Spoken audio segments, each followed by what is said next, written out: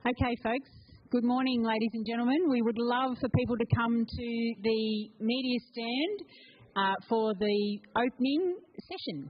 So if you could all make your way down the front and take your seats, that would be tremendous.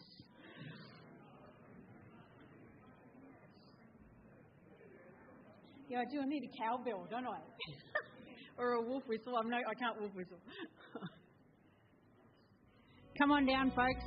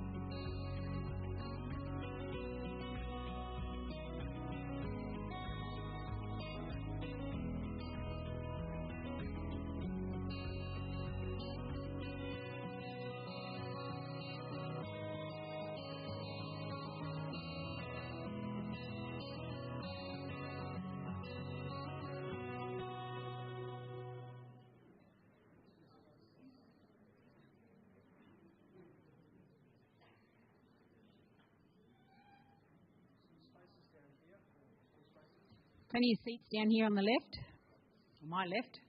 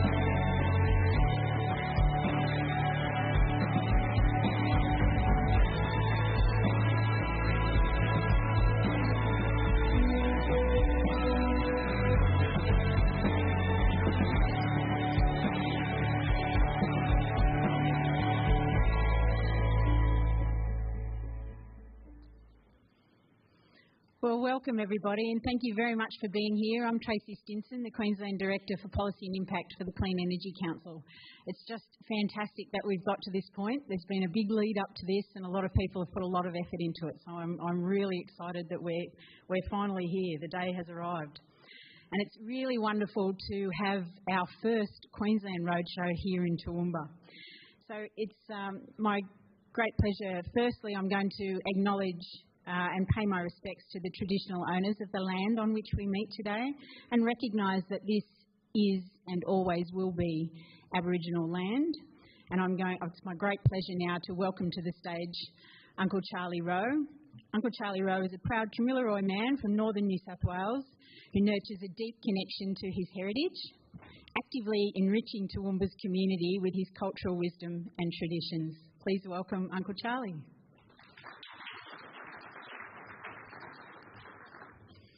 Thank you, Tracy. I just want to say thanks to Troy and Siobhan for inviting me along to do the acknowledgement today, and also Net Zero. So thank you for coming along to the Careers Expo Roadshow. My name is Charlie Rowe. I'm a proud Kamilaroi man from northern New South Wales. My grandfather's from a little mission over near Boggabillagunda-Windy called Toowoomba. But I was born and raised here on traditional custodian lands of the Jarrah and Guyable people. So I'd just like to do an acknowledgement. I hope you got half an hour because that's how long it takes. No, I'm only kidding. We are busy people and we've got to get back into what we're doing today. So land is of great significance to Aboriginal and Torres Strait Islander peoples. but the connection we feel to country can be a difficult concept for non-Indigenous people to grasp. The living environment goes beyond physical elements and is fundamental to our identity. For first Australians, country encompasses an independent relationship between an individual and the ancestral lands and seas. This reciprocal relationship between the land and people is sustained by environmental and cultural knowledge. The land is the mother. We are of the land. We do not own the land. Rather, the land owns us. The land is our food, our culture, our spirit, and our identity. When people talk about country, it is spoken like a person. We speak to country. We sing to country. We worry about country, and we long for country. To not know your country causes a painful disconnection, the impact of which is well documented in studies relating to health, well-being and life outcomes. It is this knowledge that enables me to identify who I am, who my family is, who my ancestors were and what my stories are.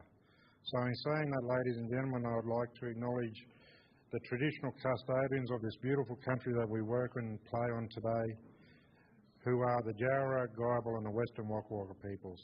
I personally say thank you to them every day for allowing me to live and play, and I also pay my respects by looking after the country that I walk on. Also, I'd like to acknowledge our elders, past, present and emerging, because the children who are emerging leaders hold the key to our knowledge and our culture. Also, I'd like to acknowledge the brothers and sisters in the room today. So welcome and have a good day. Thank you.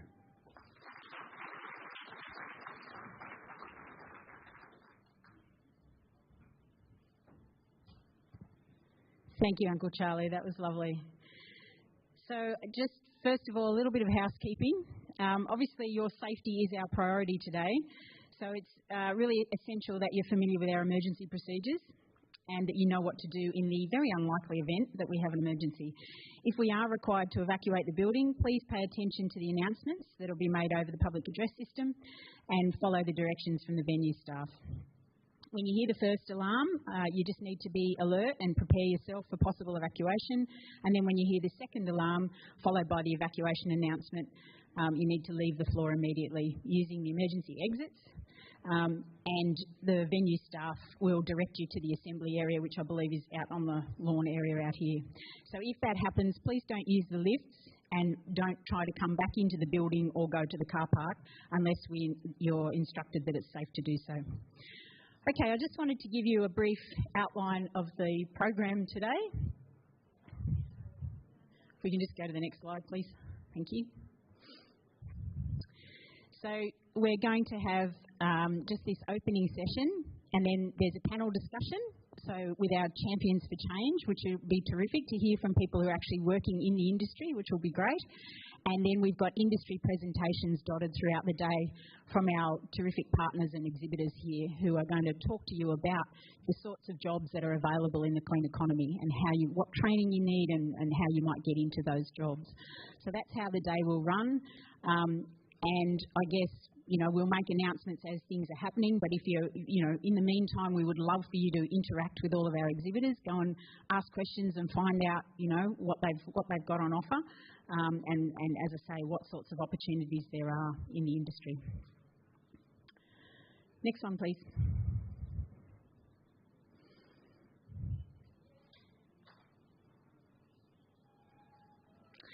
Okay, so an event like this, as I said, 6 to 12 months in the making, and it certainly would not be possible without the support of our partners. So I'd particularly like to thank our host venue partner, University of Southern Queensland, who are really helping us to train the workforce of the future that we're going to need. Our lanyard partner, CPB Contractors, who do a lot of work building these large-scale projects. And then we've got our session partners, Busy at Work, Energy Queensland, GHD, Good Energy Mines, Volvo and WindLab. It's really great to have them, and we've also got 26 exhibitors. So it's really very important that we have industry as part of this. It really is about bringing the future workforce together with industry. Our research tells us that a lot of people don't really know what sorts of jobs are available in the clean economy. So an event like this is really the Clean Energy Council's way of trying to help educate people about what's on offer and, how exciting a future career in the clean economy can be.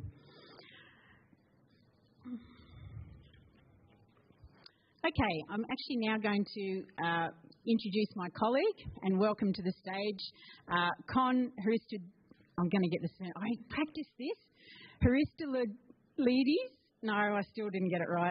My Greek is not very good. Con is our Co-Chief Policy and Impact Officer at the Clean Energy Council. He brings over 20 years of experience advocating for policy and regulatory changes in the energy sector, focusing on customer-centric solutions. And I really appreciate him making the trip from Melbourne. Welcome, Con. Thank you, Tracy. I still struggle with my surname, so if you'll excuse. Yes, so my name's Con Haristolidis and I'm the Acting Chief Policy and Impact Officer at the Clean Energy Council. And before I start, I'd just like to give another round of applause to Uncle Charlie Rowe for a beautiful acknowledgement of country and a very valuable lesson for us to consider that the lands that we all play and work on are important to us and we need to deal with that with respect. So thank you, Uncle Charlie. I personally would also like to acknowledge the Garabal and Jadar peoples as the traditional owners of the land on which we meet today, and I acknowledge elders, past and present, and their contributing culture and connection to our country. I extend that respect to Aboriginal and Torres Strait Islander peoples here today. On behalf of the Clean Energy Council, I'd like to extend a warm welcome to everyone gathered here today for the launch of Careers Net Zero for Queensland Roadshow Toowoomba. This is our first roadshow and we're all very excited. All of you here in some way, shape or form, because you recognise something transformative is happening in Queensland. The clean energy transition is not only removing harmful carbon pollutants, but is shaping the economic and social future for us and for generations to come. And this region is at the heart of it. Just by way of example, multinational sustainable solutions company Acciona is finishing construction of one of the largest wind farms in the world at the McIntyre Wind Farm near Warwick. Australia's largest solar farm has been constructed at Chinchilla with more than 1 million solar panels. Just yesterday, there was an announcement that Stanwell is working with global renewable energy developer RES to build a wind farm at Toronto West. This is expected to create around 200 construction jobs. And research programs at universities like the University of Southern Queensland are helping to find new ways to decarbonise our industry. The Queensland Government estimates that around 100,000 jobs will be supported in this state by the switch to clean energy. And more importantly and extraordinarily, 70% of those jobs are expected to be in regional areas, from engineers to electricians and construction workers, from project managers to caterers and community engagement professionals. The roles that are on offer are diverse and rewarding. It's impossible to deny the scale and opportunity that is being built here. Growing up, I was envious of my parents, who got the Willy Wonka golden ticket to come to Australia and be part of the baby boomer generation that transformed this country post-World War II on the back of its natural resources. But we have now been handed our own golden ticket to be part of this once-in-a-lifetime energy transformation and use our natural resources. I was going to say the sun, but unfortunately not out today. The wind, which is not obviously too windy today, but the Aussie spirit of having a go to build the new Australian economy powered by renewable energy. We're in the middle of the Olympics, if you haven't noticed, and all the talk is on how Australia is punching above its weight when it comes to our swimming medal tally. The US TV has gone crazy about how good Australia is given our population relative to theirs. But this is only achieved through hard work, support from family and community, and our love for swimming. This epitomises exactly the kind of the kind of having a go spirit that the clean energy sector is going through. Its success will be built by the people in this room and millions of other Aussies across Australia. The Clean Energy Council is the peak body for the renewable energy industry. We represent around 1,000 organisations that are building everything from large-scale solar farms to onshore and offshore wind farms to the solar panels that you find on your rooftop of your home and the businesses. Renewable energy is already powering 40% of Australia's energy needs. As a new industry, it is widely successful. This transition has already and will continue to create opportunities for a variety of skilled people. Together with the Energy Efficiency Council, the Clean Energy Council has established Careers for Net Zero initiative to help inspire Australians to find a career in the clean energy. Today is the first Careers for Net Zero regional event, and today we are starting the conversation. We are excited with Toowoomba being the start of the journey. Today is about you asking and learning about opportunities, and about us listening and understanding your needs to better support you with your decision making. No matter where you are on your journey, your knowledge and skills can make a difference. Careers for Net Zero will help you find the right professional development pathways and upskilling opportunities that will help you find employment in the Australian clean economy. I encourage you to connect with our partners and our exhibitors, all of whom have helped to make this event possible. Thank you to the Queensland Government. The conviction and foresight the Government has demonstrated in backing the renewables boom and supporting jobs in Queensland and in regional Queensland is admirable. It is also smart and makes good business. As you may be aware, the Queensland Government has rolled out the Queensland Energy Workforce Roadmap and Future Energy Jobs Guide. The roadmap provides a direction to further develop Queensland's highly skilled workforce, and the job guide provides the support people require in making the transition. I'd also like to thank our media partners Green Review, IQ Industry Queensland, Prime Creative and Echo Generation, which have helped us spread the word about the event. If you get a chance, pick up a copy of their publications. They give real insights into what it is like working in industries engaged in the transition to net zero. And a huge thank you to our host partner, the University of Southern Queensland, and you'll hear soon from Glenn, the Deputy Vice-Chancellor of Academic Affairs, which is teaching and training the generation that will lead Queensland into a new kind of future. And lastly, thank you to our exhibitors, all of them behind us. These are the businesses engaged right now in building Queensland's clean economy. So don't miss this opportunity to find out more and connect with them. And with that, I'll hand back to Tracy. Thank you.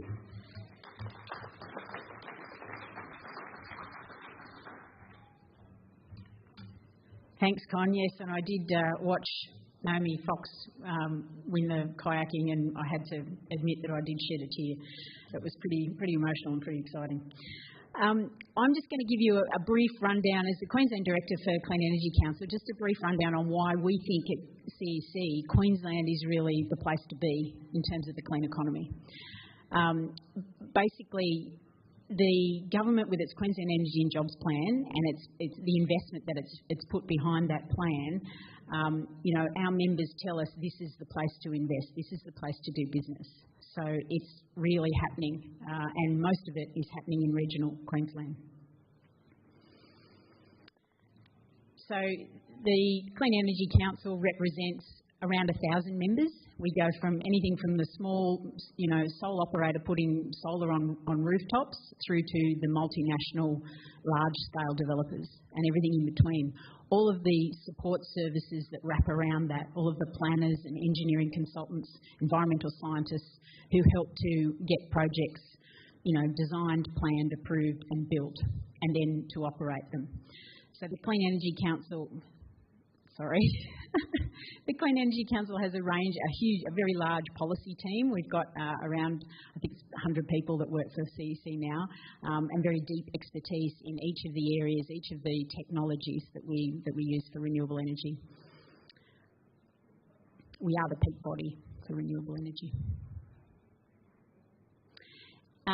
as Con mentioned, the Queensland Government has their clean energy workforce roadmap. My colleagues from the department are here today. I would love for you, give me a wave, I would love for you to go and have a chat to them about this. They really are ahead of the game. The Queensland Government really has put a lot of effort into, mapping and understanding what skills and what jobs we're going to need in order to bring about the clean economy and the transition to renewable energy. They've passed legislation recently that's enshrined their targets for emissions reduction and renewable energy into legislation, which is just a tremendous, surety and certainty for our industry. They've released their Future Energy Jobs Guide. They've established the Queensland Clean Energy Workforce Ministerial Roundtable, which we sit on, and they're doing their Renewable Energy Zone readiness assessments to really understand what other infrastructure, social and physical, is required to host these large-scale renewable energy projects. So we just think Queensland is where it's at, and that's why we have a significant team. There's myself, and we've got some other people now. We're recruiting more people because we know that Queensland is the place to be. So this chart just shows you particularly that while Queensland certainly is increasing their renewable energy, they still have a long way to go and perhaps have some of the best opportunities to accelerate the proportion of renewable energy. So they're down at the lowest at the moment, but you can see that they have made significant progress. They perhaps have more breathing space than other states due to the relatively young age of their coal-fired power stations, but in order to capitalise on the opportunities and not be left behind in the global race to decarbonise, Queensland really needs to keep the pressure on to really advance the transition to renewable energy, because it's going to be our trading partners that are going to demand that of us.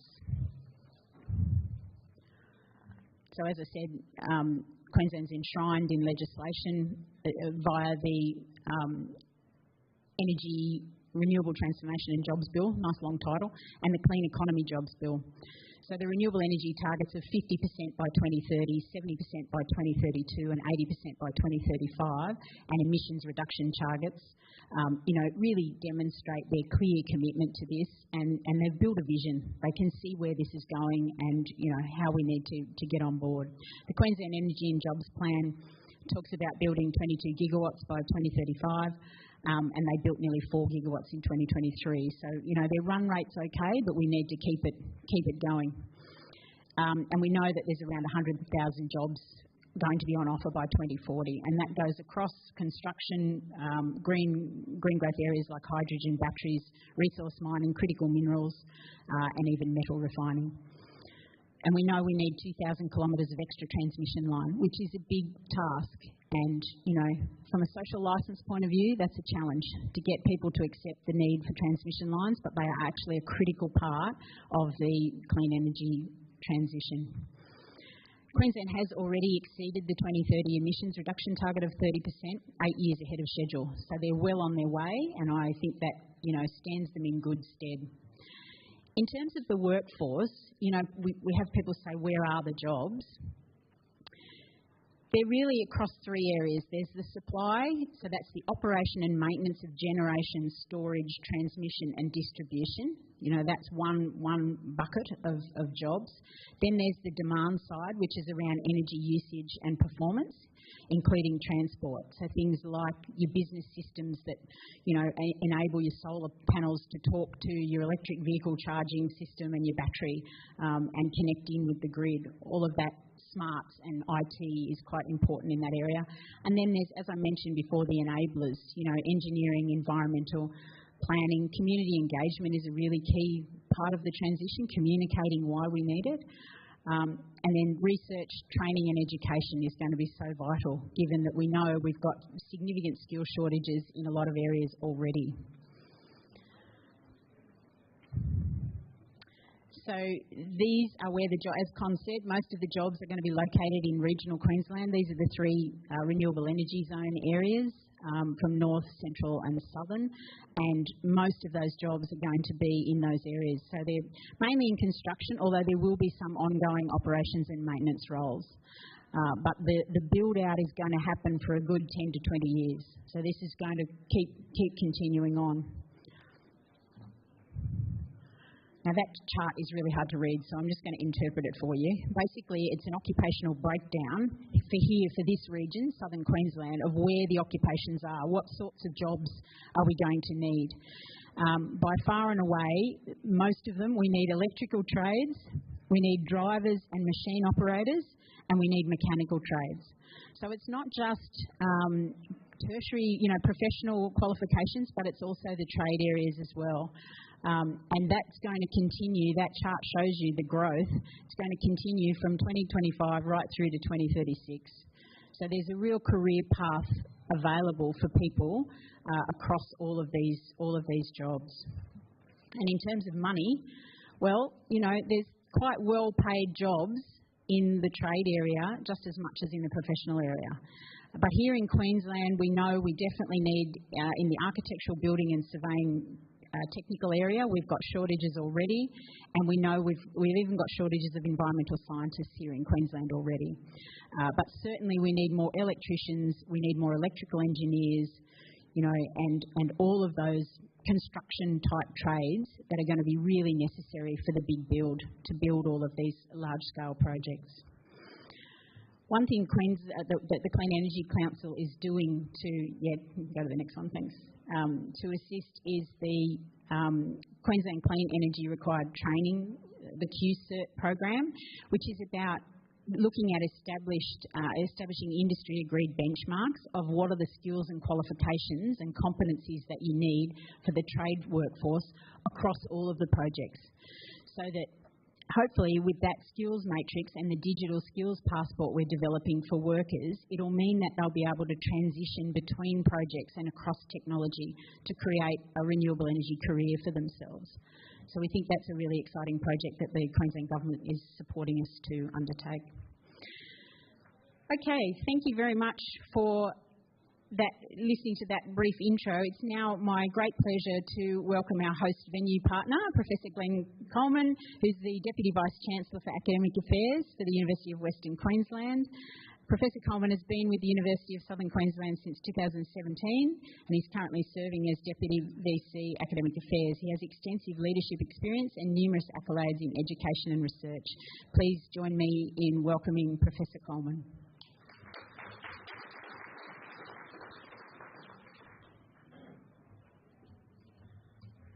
Thank you, Tracy. I will start also by acknowledging the traditional custodians of these beautiful lands on which we're meeting today.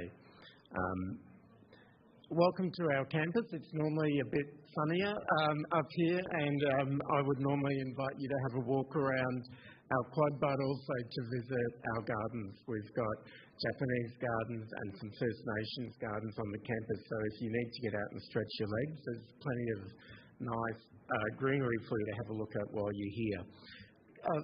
Friends, I want to thank the Clean Energy Council for choosing the University of Southern Queensland for today's roadshow, and I also want to thank and welcome all of the roadshow participants here today.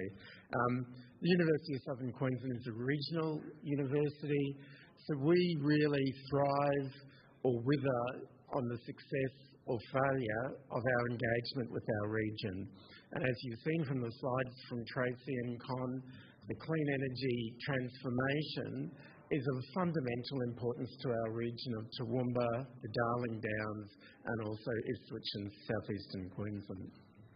Having visited some of the facilities that Con talked about in his introductory comments, the scale of them is enormous, and it's vitally important that our university is participating in research and also thinking about the programs and graduates we are preparing so that they are ready to contribute to that transformation.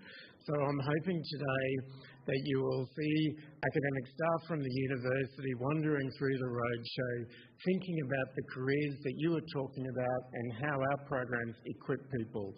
We've done a lot of work in our engineering programs. No matter what we do, we can't produce enough surveying programs. We already offer the largest surveying program in Australia, but the students all get jobs before they're anywhere near finished that program. The workforce demand is so huge. So our academics will be wandering through, thinking about our programs, thinking about what are the research questions that they could and should be engaging with to help in the transition. And I hope also that our students are wandering through the program, perhaps talking to potential future employers. So with that, welcome to the campus. Have a great day, and I hope that you all learn something today as you walk through the stands, and also see some opportunities that you'll take up over the coming weeks. So welcome and thank you.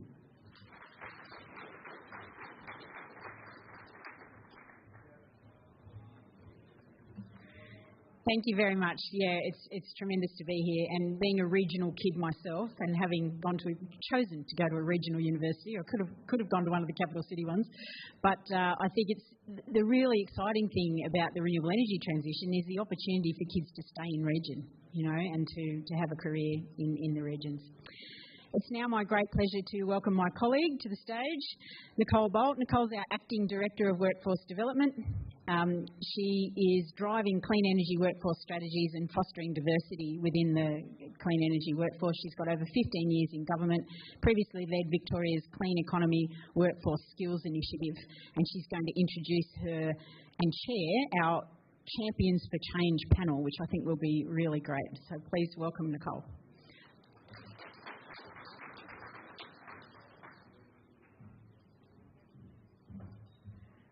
Thanks very much, Tracy. So it's wonderful to see you all here today, and to those of you who are joining via live stream, so I'm not quite sure where to wave, but hello. We've spotted some school children in the venue, so I'm going to give them a little bit of time to come over to join, because part of what we're going to do right now is for them. So school kids, if you can hear me, come over to the corner, please. So I have the fun job today of facilitating this morning's session, which is about champions of change.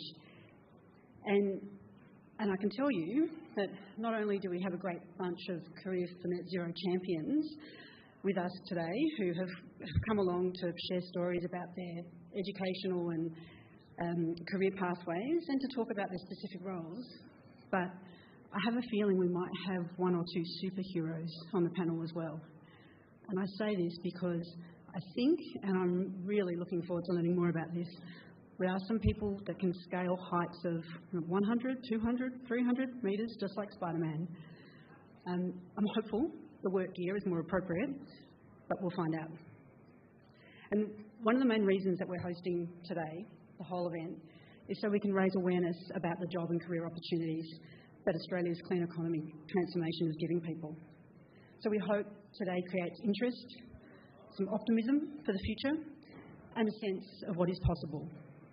Today's session on Champions of Change provides a taster of what, for you, of the diverse roles that exist in the various pathways into these roles. And importantly, it's an opportunity for you to be able to start seeing yourself as a champion of change, and realising that you can take your passions, your skills, your experience to create your own pathway into a career in the clean economy. There are loads of jobs, and we need people in them, now and into the future. So let's get started with introducing our panel. So I'll introduce you one by one, and if you just come up as I'm introducing you, that'd be great, please. So firstly, we've got Nathan Champney. So Nathan is a travelling turbine technician team lead, superhero, at Stanwell Asset Maintenance Company. With over 13 years in heavy industry, he specialises in mechanical maintenance and leads a team focused on renewable energy services. Welcome, Nathan.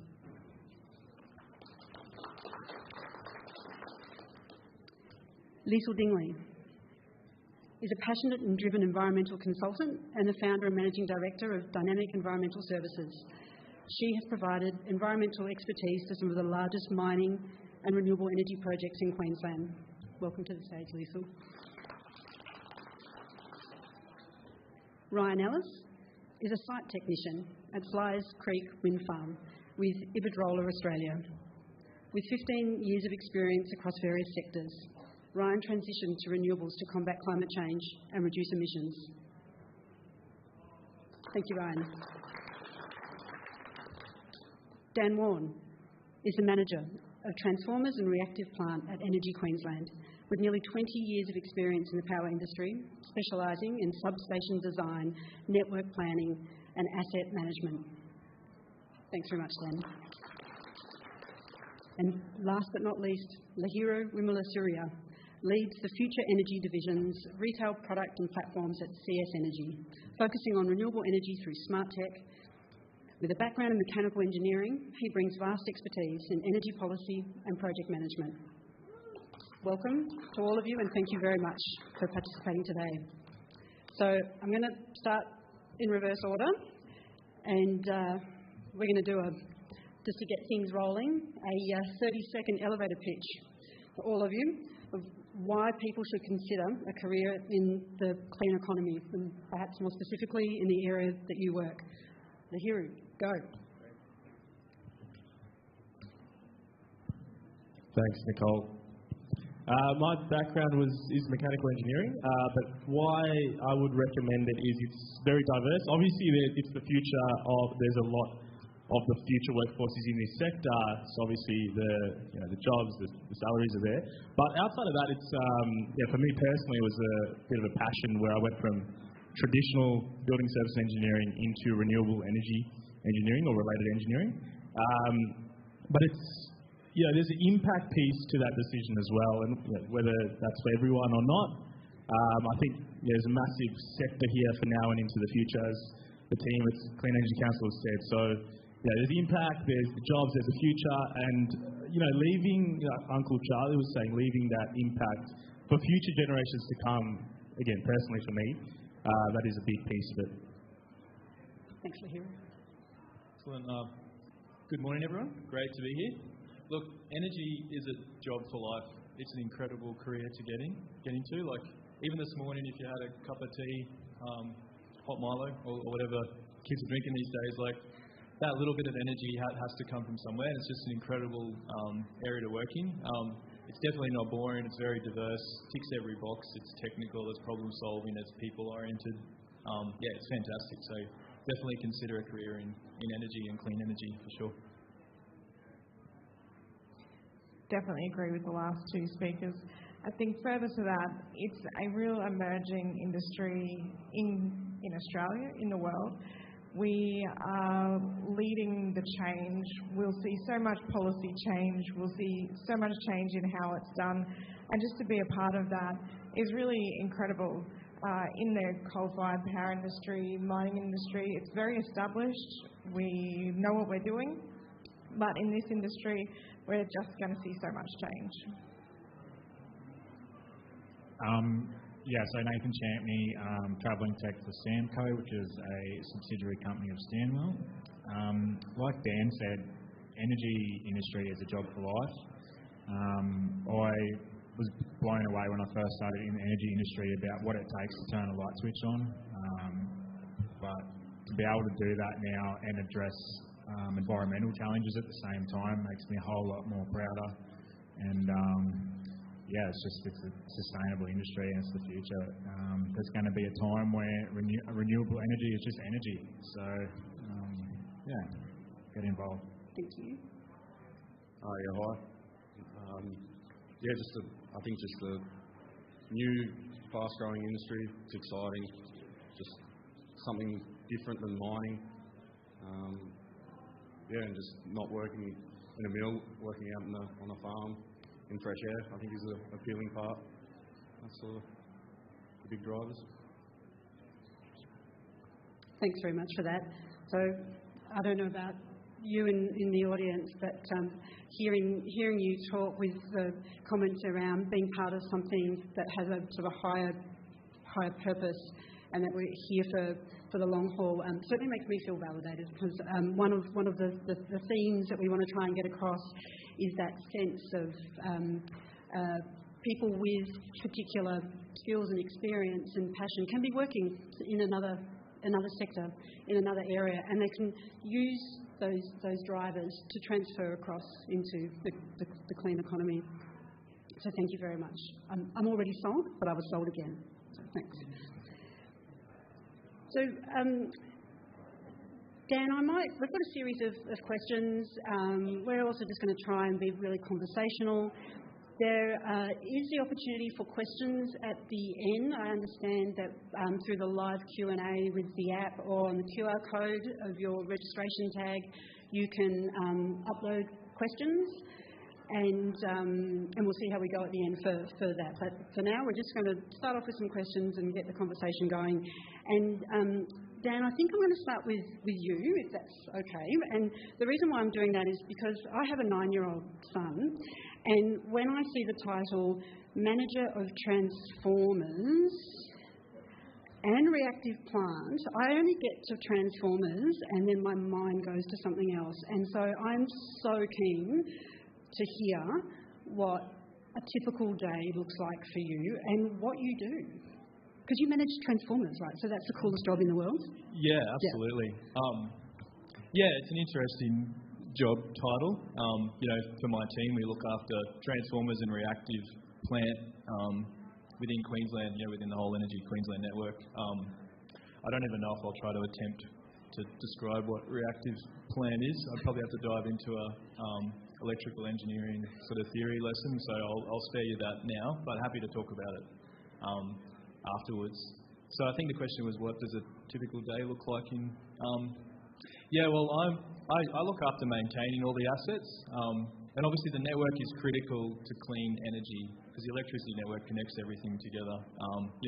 We want to turn on our kettle in our homes, but that energy could ultimately be generated from a wind farm, down near Warwick or wherever. So the network's critical to bring everything together.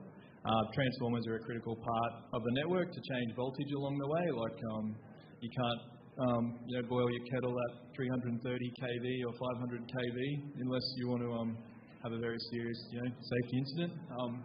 So we need to change voltage along the way, and that's what my assets do. Transformers. So a typical day could, hopefully nothing's broken over the weekend. Like if a transformer has a fault, that's incredibly stressful. You need to make sure there's spare transformers to replace the one that's failed. It's stressful, but also really exciting. Sometimes the best work happens under those moments when we all rally together to fix a critical component on the network. I'm sort of a team leader, so like a lot of people stuff day to day, working with my team, see what they're up to, working with field staff if they need direction or they need to talk to me about an issue out in the field. So it's very diverse, definitely not boring. I never get bored coming into work. It's always dynamic and it's really fun. So out from behind the desk and not scrolling through unread emails? Or is there a little bit of that? Just a little bit? Does anyone not have emails as part of their job, or do we know how to get rid of them yet?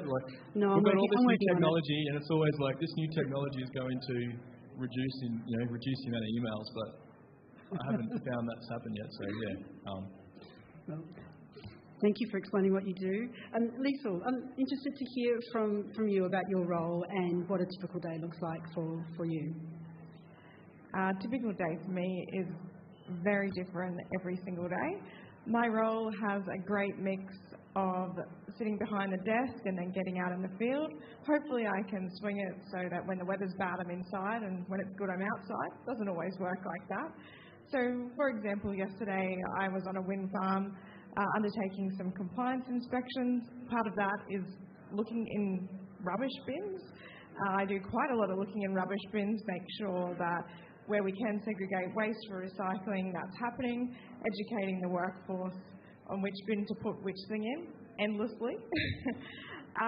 Then I went out and did some inspections where the public roads are being widened. Some trees have to come down. That's to enable the blades to come through when they travel through to that wind farm in a couple of months. I then met with the regulator, the Department of Environment, Science and Innovation, where we spoke about a site who's looking at ways to recycle more waste that's coming from renewable energy and some of those alternate ways of managing that waste, so taking timber waste and turning it into compost for sale, for application on your gardens. My day then also includes lots of emails and meetings, absolutely never ending. And then I got a great drive home as the sun set from the wind farm to come to Toowoomba for today. Thanks very much, Liesl. Now, Lahiru, can we perhaps hear from you before I get to the two of you down the end while I'm trying to deal with my fear of heights, right, before I hear about your work days? Yeah, thanks, Nicole. My one, I'm in the customer and retail section of CS Energy. So we have the team who builds the big stuff. We have the teams at Callide and Kogan Creek who operate and maintain our thermal fleet. But what I'm really doing is enabling and building our future products. So when I say future products, that's things like demand response and virtual power plants and unlocking the value of consumer resources. So in the sites we have solar systems on the roofs here. There's a massive, gigantic solar array on the rooftop car parks out here, and because we have worked with Uni SQ before. So solar, batteries, EV chargers, air conditioning systems, anything with power and load, which Dan was referring to. If we can unlock and orchestrate that load to match our generation portfolio, that is massive commercial value for us. So I am enabling through a newly built team to do the site visits, to work with the electricians and contractors to get the quotes, to get the pricing, to go through all the government processes that Nathan and Dan would know about, so procurement, legal, finance, independent reviews, etc. But then that value is unlocked, and then we can install some assets and infrastructure and then plug it into essentially a virtual power plant. So my day-to-day is site visits. It is emails as well. I do have a tip. You can block out your calendar for site visits, then less influx of emails. But anyway, site visits. Working with a lot of contractors and suppliers. So we obviously target local-based companies, and so a lot of our suppliers and partners are from Queensland. And they're the ones who have the technologies and the actual hardware and potentially software as well. So email, site visits, a lot of IT conversations, which is quite foreign to me being an engineer, but that's a part of the change and adapting to those new future environments. But that really is probably my day-to-day, week-to-week, a lot of conversations. That's a lot for all of you so far. It's a lot. I'm determined to find the jobs that gets us out from... You all are moving around out from your desk, which is fantastic, and meeting people and solving problems, which is also a great thing to be able to do while you're on the job. Now, Nathan and Ryan, please tell me, you don't deal with emails. You just deal with climbing up towers that go to, 200, 300 metres? I hope they don't get to 300 metres. Okay, all right. Yeah. Well, hang on. I gave you superpower status, so, or superhero. So let's say 500. So I think the hub height of the new wind turbines are around the 150, 160 mark, which is still a long climb with the lifts out. So a typical day for me, with a little bit of background talk, is 3 years ago I was working for Stanwell Company at Toronto Power Station, and I was in the fuel plant there as a fitter, mechanical background. And Samco, which is like I mentioned before, a subsidiary 100% owned of Stanwell, had a pathways program called Development Pathways, and that aligns with the QEJP, helping transition tradesmen and women from thermal backgrounds to renewable, giving them exposure. And I was lucky enough to be successful in that program. So the last 18 months, I've been working with a host company across Australia, travelling on a roster of 2 and 2. And the host company specialises in wind turbine gearbox repairs. It's been such an eye-opener. I went from being home every night to new roster, could wake up and fly to South Australia, Victoria, Western Australia, anywhere I was needed. Typical day for me is go to site, have your pre-start anywhere between 6 and 7 a.m. And once you've got your jobs for the day and you know your faults that you go out, you load up your gear, triple check, not double check, because you could be up to an hour away up a goat track to get to the turbine. Wow. So you don't want to forget anything. No. The boss will be onto you. Then we just team up, safety gear on straight up. We double check each other. Minimum of 2. You can never be alone. That's pretty crucial. And yeah, then we load up our parts, load up the hoist, and then we climb. Whether we send people up in the lift with the gear and the other person climbs the ladders, just depends. How long does that take, climbing the ladders? You can actually beat the lift. So Okay. it's impressive. It's quicker too. It takes about, on like a 130-metre hub height, might take 6 to 7 minutes, depending on the person doing it. So it doesn't get easier, trust me. Okay, all right. I was just thinking, man, you must be so fit. So yeah, then we obviously work in a team. We use everything. You need your eyes, your ears, your smell. You use everything you can to diagnose the fault. And then we carry out the repairs, which could take up to hopefully no more than a day. And then it's just a reversal process where you just get the gear down using the hoist, climb down. And the big thing for me at the moment was we can have that turbine back online if we repair it right within 5 minutes. So we can literally turn the key on, press start up. By the time you've got your gear in your ute, it's making power straight away. So incredible. It's quite incredible, yeah. I've got a couple of questions that I'd like to follow up before we get to you, Ryan, around the 2x2 model. So that's 2 weeks on, 2 weeks off? Yeah, that's correct. Yeah. 14 on, 14 off. Yep. And you mentioned that you travel around a lot. So I'm interested to hear from you around how you manage with your life outside of work, with the 2 weeks on, 2 weeks off, and travelling around, how does that work for you? Yeah, so I have quite the interesting one, and don't judge me, but I accepted the 2 on 2 off roster a week after my wife told me she was pregnant. So, God bless her, she's an amazing woman.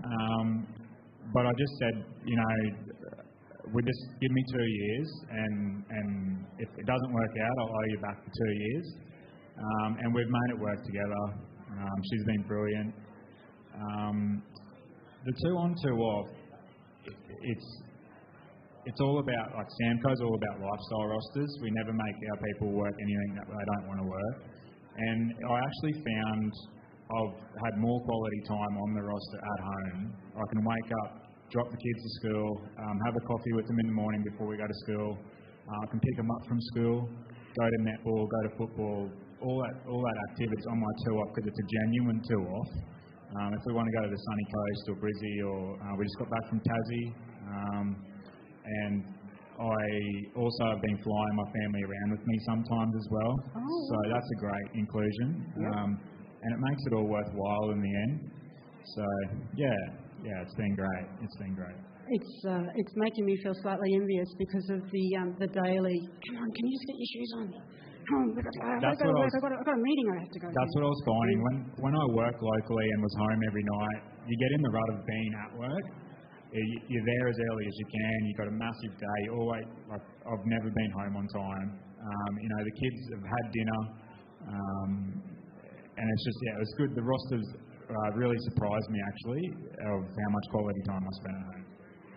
That's really eye-opening, it's great to hear, because I think a lot of people can sort of hear that you're working for 2 weeks and there's no break and you're not with your family, but then to hear you describe what the 2 weeks off can be like and is fantastic to hear. Thank you. And just to touch on that, I start my new role next week in Samco as the Renewable Works Superintendent. So congratulations. Yeah, thank you. So it worked out well. The 2 years. Career pathways, everybody.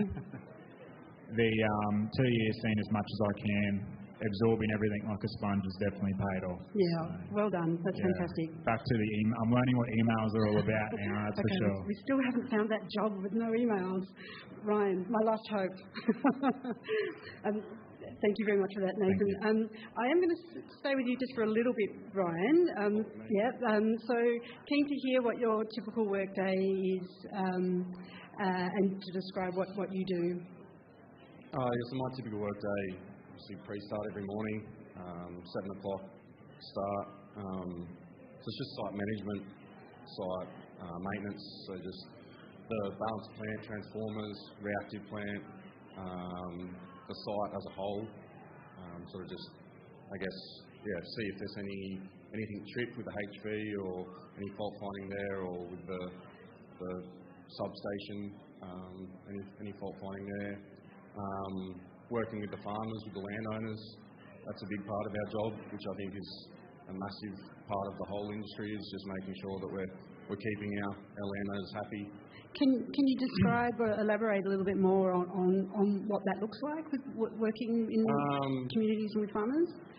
Yeah, just, I guess, keeping the lines of communication open, just touching base with them, seeing if they have any issues, what issues they're having, and what we can do to, I guess, alleviate those issues or make it better.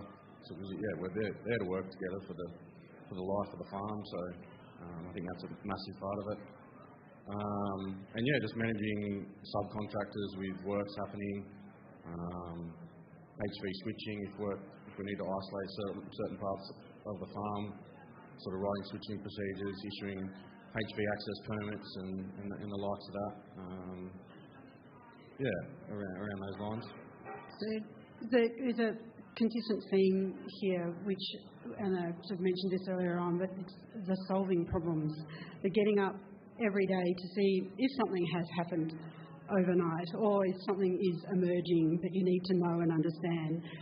So when you describe what you do, it's just these rich days of working with people, identifying issues and problems and solving them. And let's not forget, this is keeping the lights on for us and the economy going, right? Because it's all about our energy generation. So thank you all very much for talking to us about what your days look like. Ryan, I am going to stay with you for a little bit longer because you said something really fantastic in your bio, which is that you transitioned to renewables to combat climate change and reduce emissions.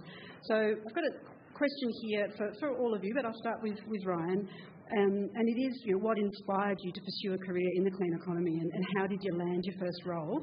I'd like to start with you, just because your bio made that reference to combating climate change. Might have called me out there a little bit.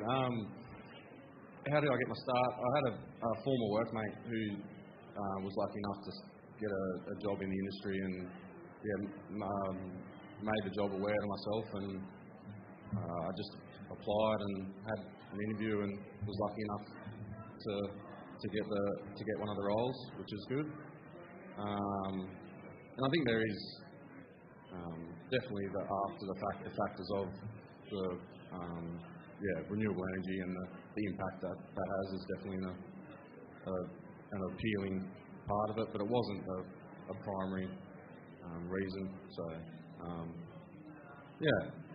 I guess I just knew someone, and who made a job aware was basically the. And this is another really important point, because there doesn't have to be just one reason, right?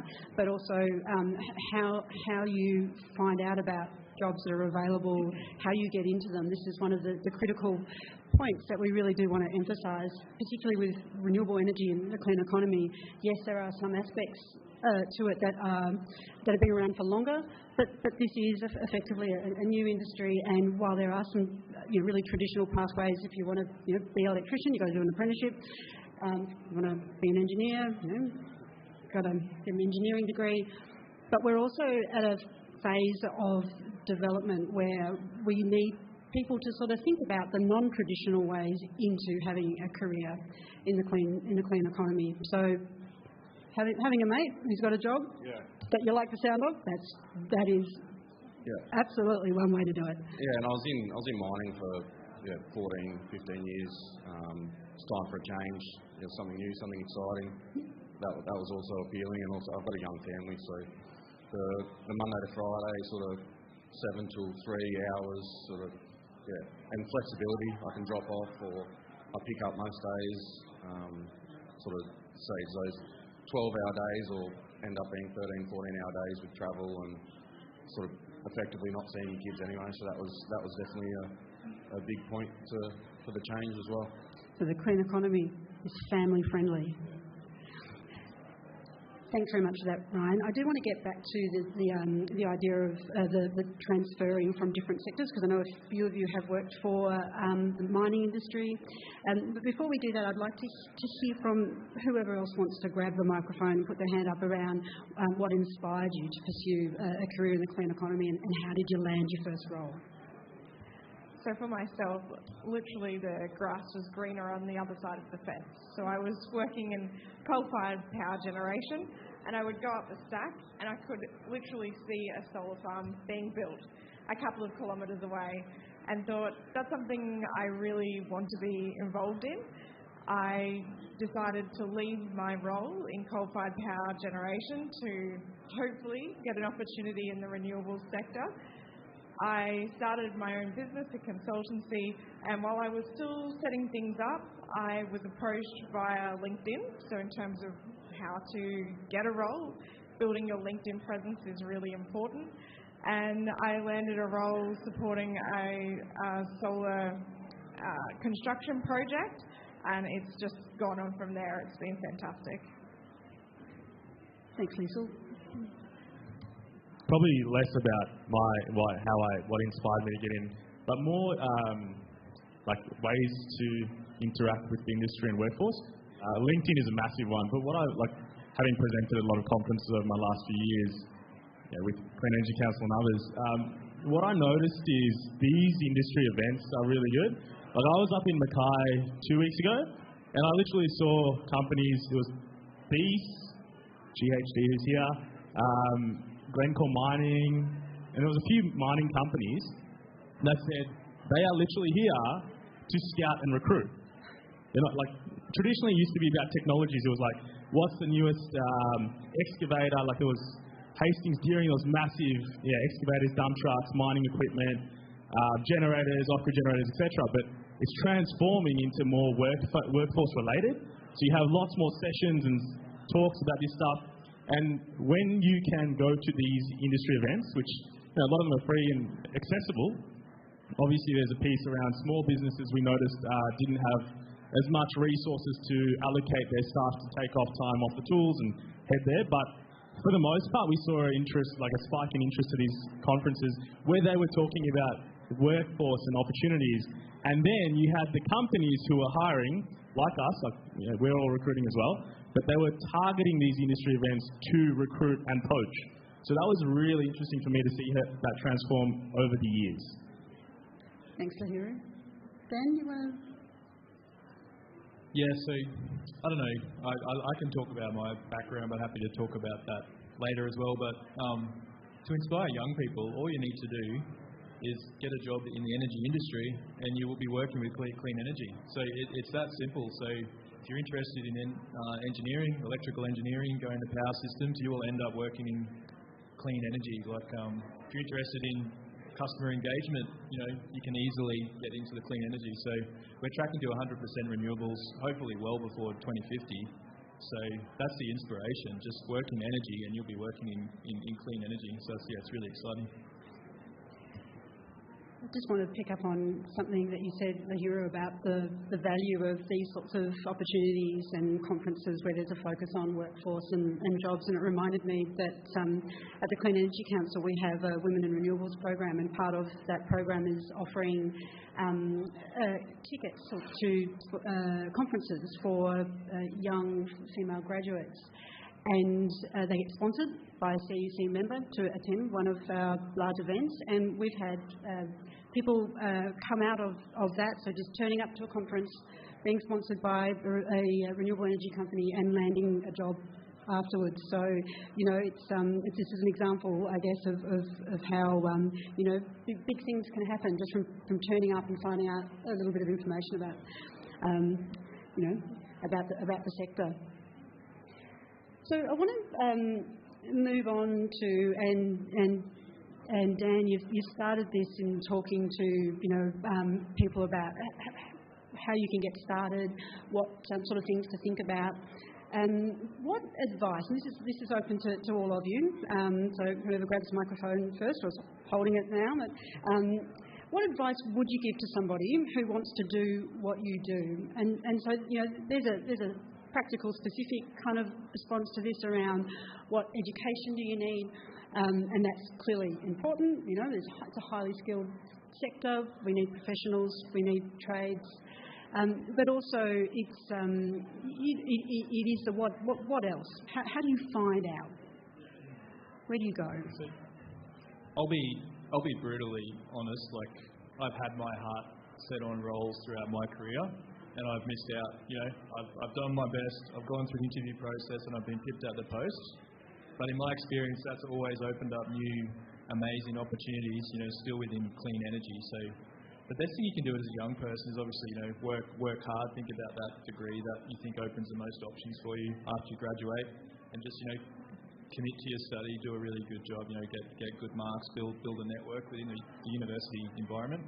I came through Uni SQ.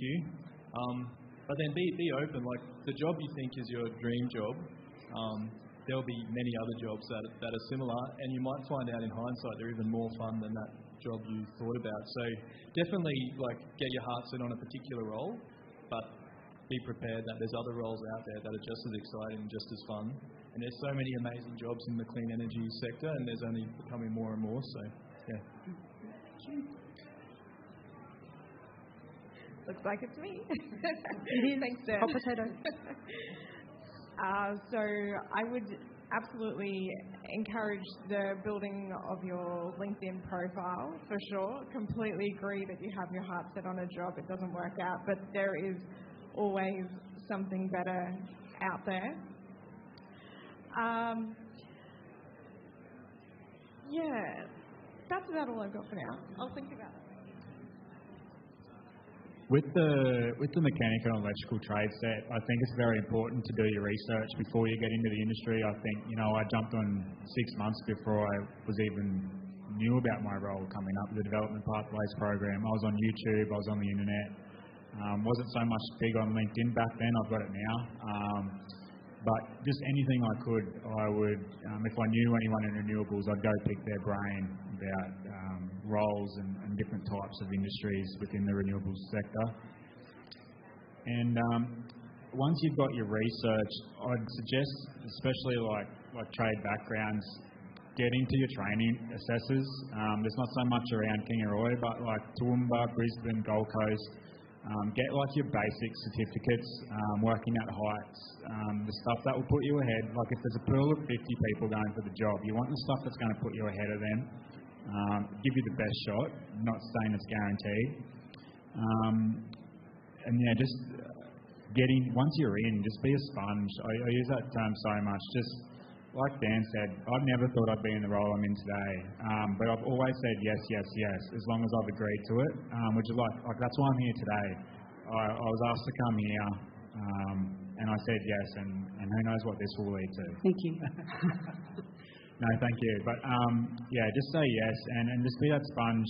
The conversation, you'll be in conversations, especially as a young person, where you probably won't have the most input, but always listen. You know, listen to the people around you with that experience, and yeah, the opportunities will come. We've got about 10 minutes left, and I want to make sure that we open it up for people who want to ask questions. I've got a whole bunch of questions that I want to keep on asking and talking about. And I just wanted to reflect on a couple of things that you said, Nathan. It reminded me I was at Monash Tech School in Melbourne a couple of weeks ago at like a speed dating course? No, it wasn't a course. It was a speed dating session where I sat at a table, and year 10s and 11 groups, 2 to 3, would rotate to different tables, and it was about the clean economy, and they'd ask a series of questions. And I remember being asked about my pathway into renewable energy, and I'm the wrong person to ask about pathways, because my pathway to here has been up and down and left and right and stalled and gone really fast.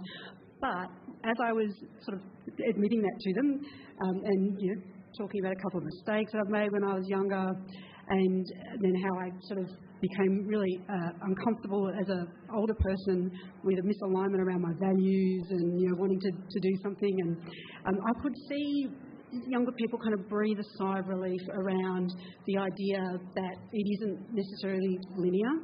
And you might not get it right, but you keep going, particularly if you've got a passion and there is an area that is of interest to you. Before we open it up to people, I just want to check to see if there's anybody who hasn't spoken on that question who would really like to say something.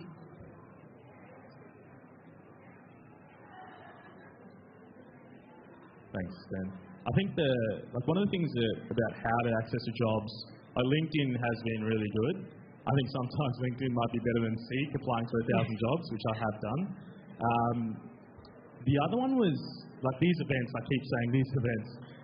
As a young person, I was doing a presentation at Hydrogen Grand Prix with school kids in Gold Coast recently, and getting people comfortable and the touch and feel of this industry is really important. So school kids, high school, university, getting exposure and access to this, and then just building those soft skills, that's a massive thing we're seeing a transformation in. It's not just the hard skills. Yes, you need the tickets, you need the degrees for different various roles, but we're prioritising those soft skills around behaviour. You can teach content, you can teach engineering, trades, you can't teach behaviour and attitude. The sponge analogy is great because we are I'm speaking for ourselves, but we target people with the right attitude and behaviour who are ready to sponge, whether it be from the trades, blue collar, or professional degree, white collar, and that can adapt to different opportunities and roles. My role has the weirdest title, and no one knows what I do. My family doesn't know. But it's like a role that's evolving, and the team that I'm building is evolving, and we're kind of going, course correcting and going in the right direction. But school students, university students, TAFE Queensland does a lot of good stuff in this space as well, and getting exposure and then developing the soft skills that back up the hard skills. I think I recommend that's probably a big play.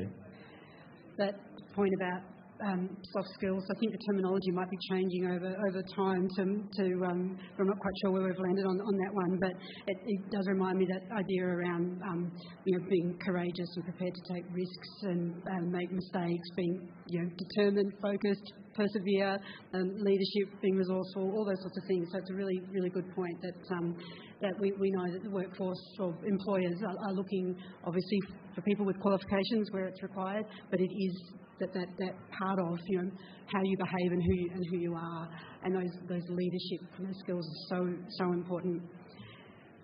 So on that note, can you hear me? I've heard you now. So I don't think our app question is. Has anybody managed to ask a question through the app? Nothing's coming through. I think we'll just use the microphone. Yeah. So has anybody got a question?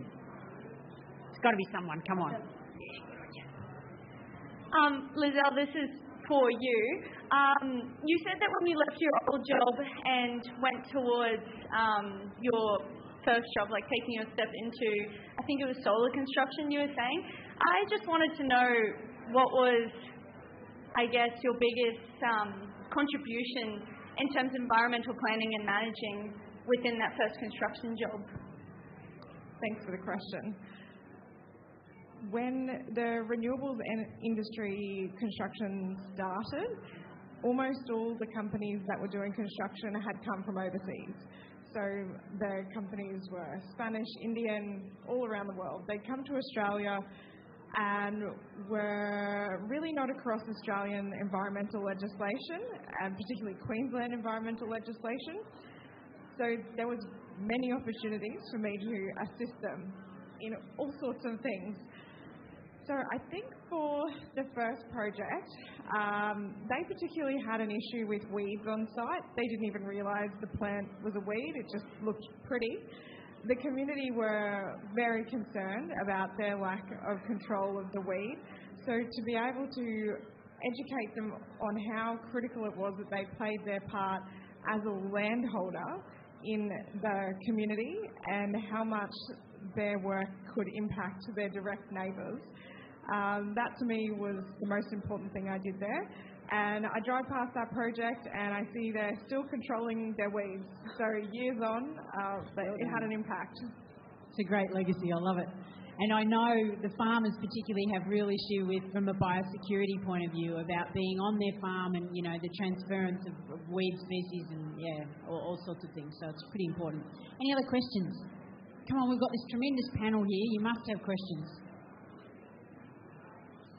I've got one. What do you reckon we can do to attract more women into the workforce?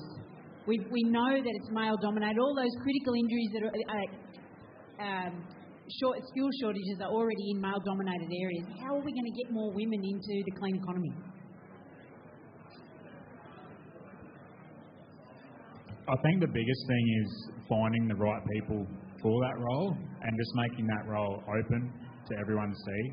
I'm seeing more and more women in our industry every single day. It's great.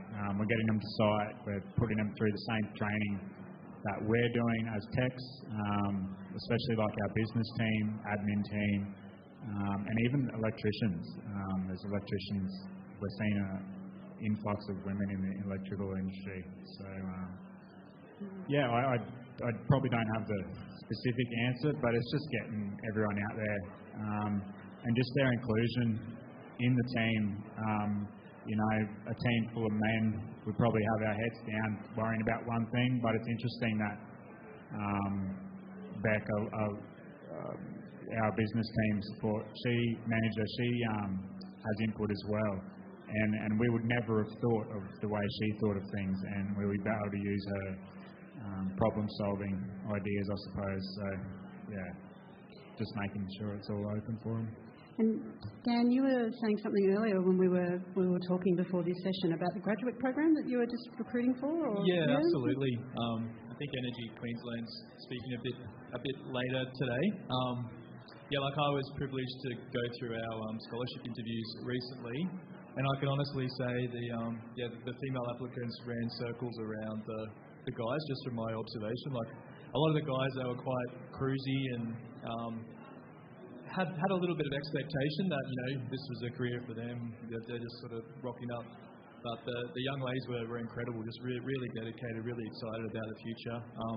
And I think diversity breeds diversity. Like at the moment, in a lot of areas, we're starting off a low base, and there's not a lot of women in engineering and other sectors. But it's getting better, and as that gets better, more women will attract more women into the profession. I'm not the best person to do it, to be honest.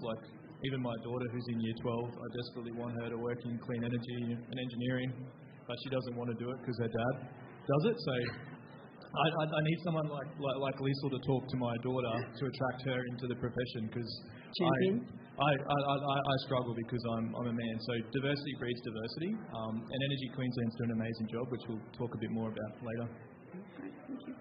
I might just one more thing. So we all have different pathways.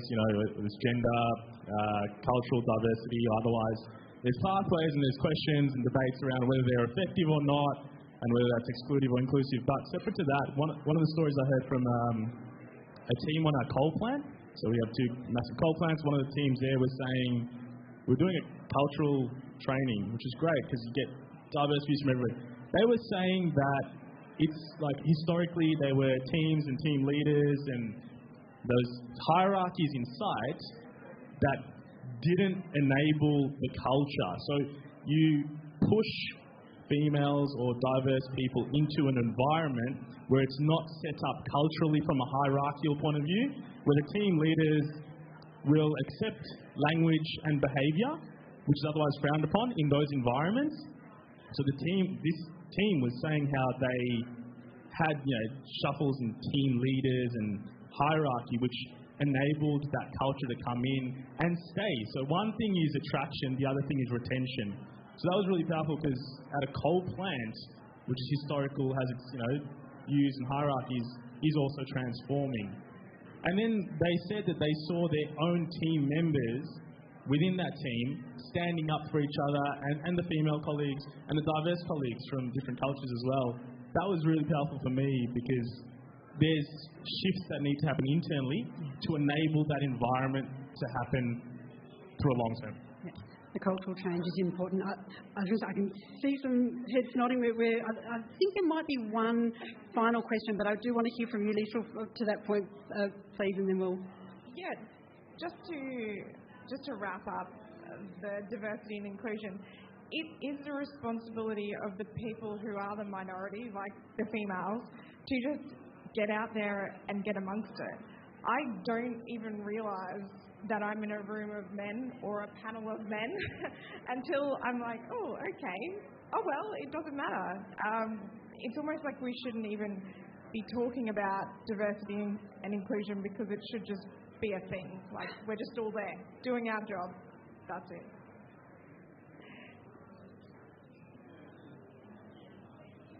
Hello. Oh, thank you. Thank you for sharing.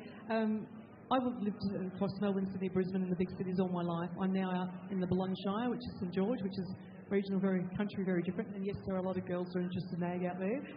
I'm in the workforce development, economic development space, and I'm not sure if this is an appropriate question or for this panel, but my thoughts are I work very closely with the industry liaison and guidance officers with the high schools, and I guess looking at pathways and the job service providers as well, where to next, some of the universities. It's probably two-pronged for me. There are a range of jobs, I'm guessing, low skill to high skill in any industry. So it's probably one, for the students and kids out in the regions who are studying, one, how do they get experience?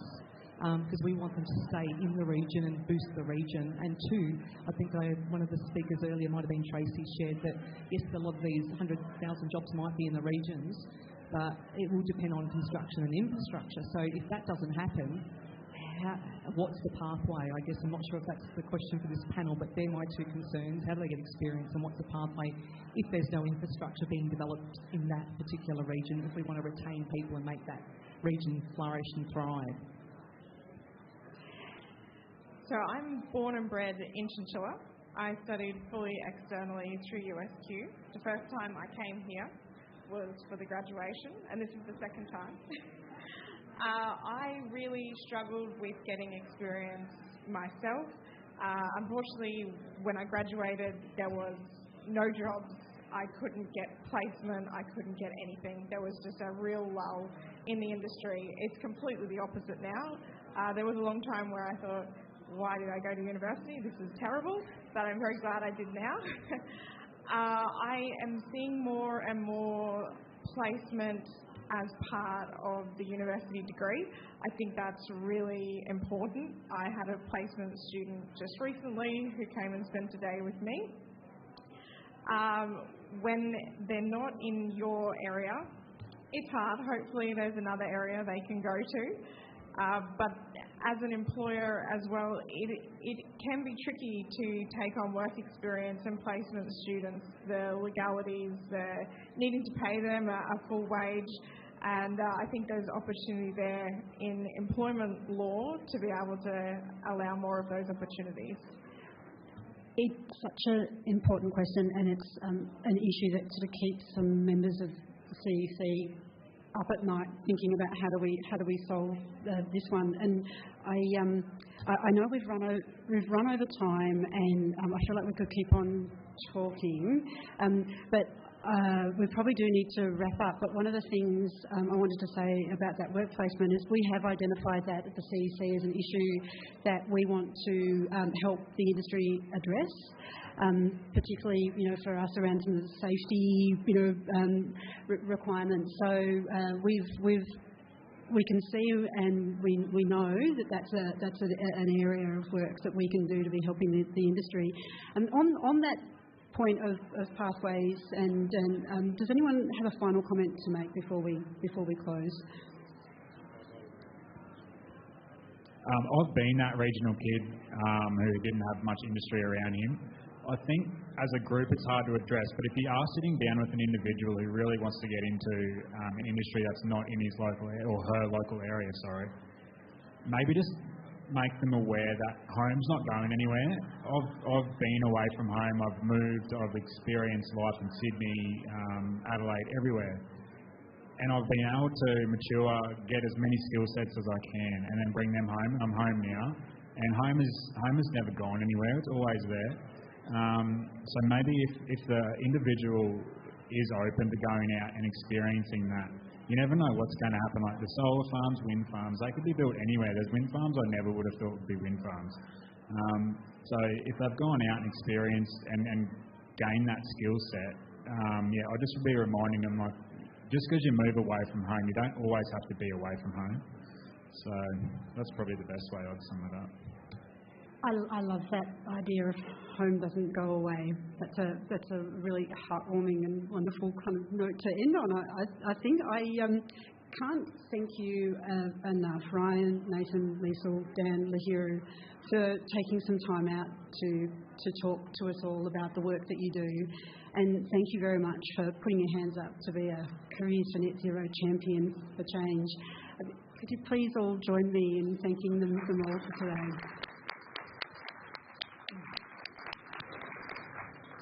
Much. Thanks, Nicole, for chairing. That was a wonderful session. I hope you all got a lot out of that. Oh, hang on. We need a photo. Dan's asking for a photo. While he's organising that, I'll just let you know we're going to have a little break now for about 20 minutes. And then there'll be another session here. Busy at Work will be speaking at 11, and they're talking about recruitment and, selection processes. So another really interesting session if you're interested, 11 o'clock.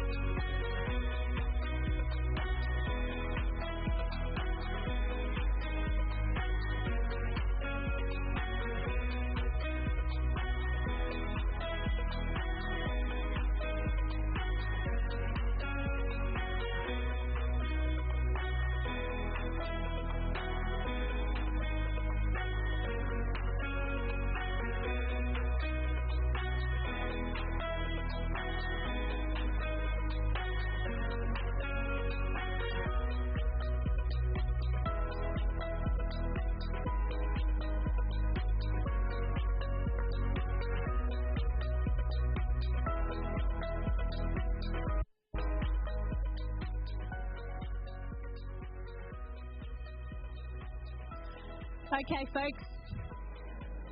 We'd like to come to the corner where we're doing the presentations. We've got our first of our partner sessions, so we'd love to have some audience for that. I know you guys are all having great conversations over there, which is tremendous. That's what it's all about. But this would be a really worthwhile presentation for you to come along and hear about. So make your way over to the media board and take a seat.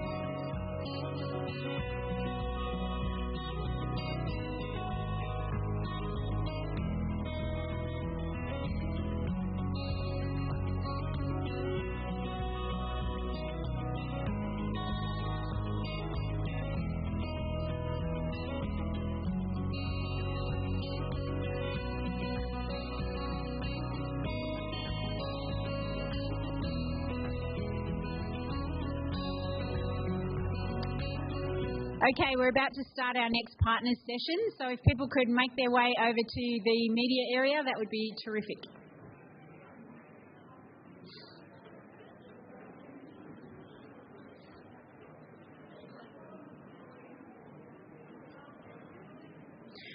Okay, so this session, from Busy at Work, will highlight how Busy at Work is championing the transition to a net zero future by preparing the next generation of skilled professionals through our dedicated Clean Energy Specialist Apprenticeship program. And we have Holly Mayer, who leads the Busy at Work Clean Energy team, driving the Be Green program to support Australian apprentices in clean energy careers, combining her expertise in psychology, business and social impact. Please join me in welcoming Holly to the stage.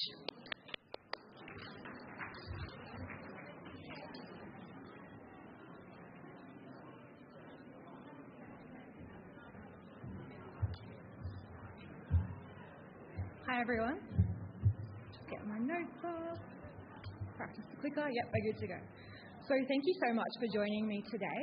I'm honoured to be here talking with you about apprenticeship opportunities in the clean energy industry.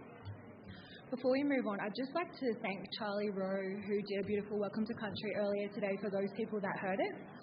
I'd also like to pay my respects to the traditional owners of the lands on which we meet today, and recognise their ongoing connection to this beautiful country. As I said, I'm honoured to be here. There's some really exciting and meaningful work happening in the clean energy industry, and I'm proud to be a part of the team bringing clean energy apprenticeship opportunities to life.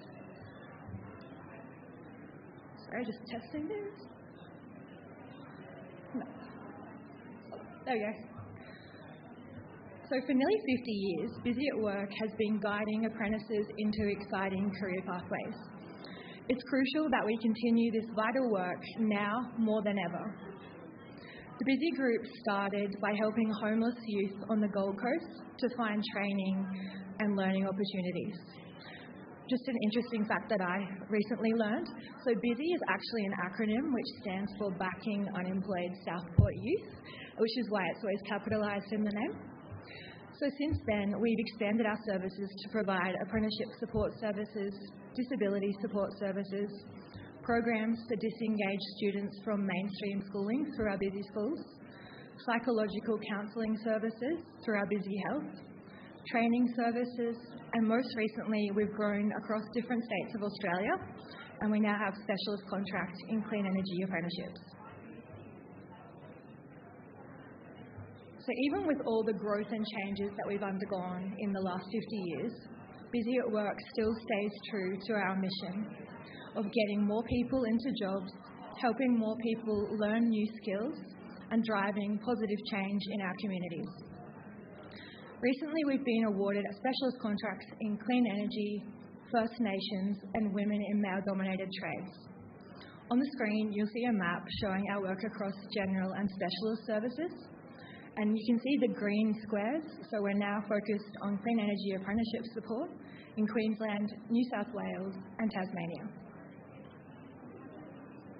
Okay. So before we dive into a bit more information about clean energy career pathways, let's take a moment to reflect on our state's energy history. Queensland has always been a leader in energy innovation, setting a bold example for what's possible. In 1888, Barton and White launched Australia's first public electricity supply with a powerhouse behind the post office in Brisbane, marking the start of a new energy era. By 1898, Thargomindah in Queensland's southwest became one of the world's first towns powered by hydroelectricity from an artesian well. As we look forward, we know we're building on a history that's been anything but ordinary. Now let's turn our attention to the future. Queensland's clean energy future is on the horizon. As we look around, we see solar panels glistening on Queensland rooftops. We see wind turbines twirling in the breeze. It lets us know we're moving closer to our energy targets. But for us to meet our energy targets, we still need to overcome a big challenge that lies ahead. We have a significant shortage of skilled workers in the clean energy industry. To help put things into perspective, I'd like to share some figures I've recently come across when researching clean energy workforce needs. For us to meet our 2030 targets, we need to build and install an additional 40 wind turbines a month, every month between now and 2030. For us to meet our targets, we need to install an additional 22,000 solar panels every day. We'd need to install over 1,000 kilometres of transmission lines, maybe nearly 2,000 as I heard earlier from Tracy. We'll also need an additional 35,000 electricians in the industry for 2035. To meet our 2050 target, we need an additional 85,000 electricians, and we need to find 450,000 workers for construction jobs to build our clean energy infrastructure. The clean energy industry is clearly rapidly expanding, and the demand for workers is high. There are many different career pathways to a clean energy career, but today I'll only be speaking about apprenticeship pathways. To support clean energy apprentices, we've developed our Busy at Green apprenticeship program. This is why I'm constantly wearing green at the moment. At the heart of our vision for a clean energy future lies the need for skilled hands and innovative minds to help move us towards a brighter, cleaner tomorrow. Our dedicated clean energy apprenticeship program isn't simply a pathway to a job. It's our blueprint for progress and personalised support for apprentices alongside passion and purpose. Clean energy apprenticeships offer hands-on training while you're paid to learn and able to apply new skills on the job. Plus, many apprenticeships in Queensland mean people can access fee-free study, so you won't need to pay for your training and qualifications. On the screen, I've just put a snapshot of the government's priority apprenticeships list, and I have a copy of that with me at our station. But I wanted to highlight that as the clean energy industry grows, the Department of Employment and Workplace Relations has broadened the eligibility criteria for clean energy-related work for apprentices. The priority list now offers more than 150 different qualifications in clean energy and over 40 different occupation types to support our net zero transition. This expansion means more people can access support and incentives while completing clean energy apprenticeships. While I can't cover every apprenticeship type today, let me share a couple of examples. At a high level, our focus is on clean energy apprentices that support renewable, low and zero emissions energy sources. This includes work that is designing, developing, constructing and operating infrastructure for these energy sources, working in roles that enhance energy efficiency and performance, installing and maintaining technology that utilises clean energy and lowers our reliance on fossil fuels. These examples highlight the broad range of opportunities available in the clean energy sector. In Queensland, many of us are familiar with careers in solar and wind energy. For instance, Toowoomba was named the top 5 postcodes for rooftop solar installations in Australia in 2019. But let's not overlook the expanding fields of hydropower, green hydrogen and bioenergy. These areas are rapidly developing and will bring new technologies and career opportunities in the future. All of these industries need materials, machinery and resources which we can manufacture right here in Queensland. This opens up apprenticeship opportunities and career pathways in clean energy manufacturing, including battery development and critical minerals processing and manufacturing. Beyond the direct clean energy roles I've shared, many other careers contribute to our clean energy goals, even if they're not focused on clean energy work 100% of the time. For example, in construction, one day you might be working on a residential renovation, and the next day you might be working on building foundations or access roads for hydropower facilities. In plumbing, you might be doing bathroom fit-outs, but the next day installing efficient hot water systems for homes and businesses.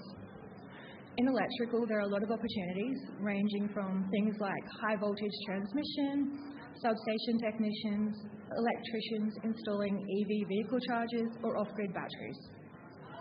The key takeaway I wanted to highlight is that our Be Green program and support from the government is for a broad range of job types and career pathways.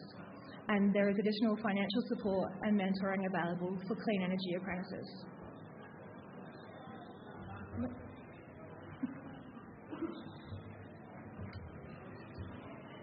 Yeah, green drink water. So on the screen, just to highlight, so any of those roles from that priority list I spoke about, which are highlighted in green, are eligible for additional financial support.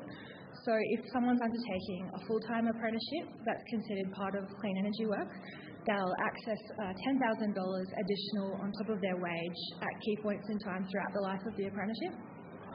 And for those doing part-time apprenticeship or school-based, they're able to access $5,000 additional funding to support them.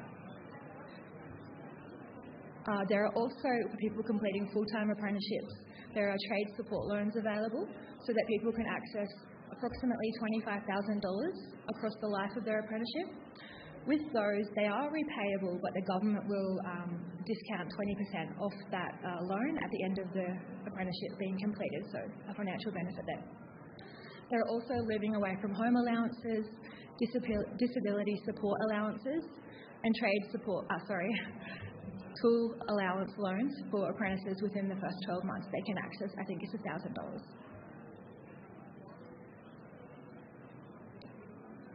So I've talked a bit about why we need this. I've talked a bit about what opportunities there are and how careers may not be working on clean energy 100% of the time, but are still helping us towards our net zero goals. Just to share a little bit about what we're going to be doing at Busy at Work to support clean energy apprenticeships. We're going to be connecting people with those incentives. We're going to be doing career coaching. We're going to help visit job sites to make sure that apprentices are getting appropriate access to meaningful exposure to clean energy work and learning opportunities. We're also going to promote careers by visiting expos like today, schools and different trade events. We're going to be developing a number of resources which we'll share with all apprentices that sign up in clean energy, just so that they have that connection to the industry and those broader goals. We'll be providing mentoring for careers, as I said, or any challenges people may come across, whether it be loss of continuity in their homing, financial issues. Even if it's coaching to talk to an employer that they might need a bit of support with, we'll be supporting them with all of those types of things. We're also working on putting together a national clean energy apprenticeship experience forum with a number of different providers, because we know there's a lot of opportunities, so we really want to make sure we capture the voice of the apprentice and support them in the way that they let us know is best. And as I said, we'll also be visiting job sites to check in on employers and apprentices. Sorry, it's clicking.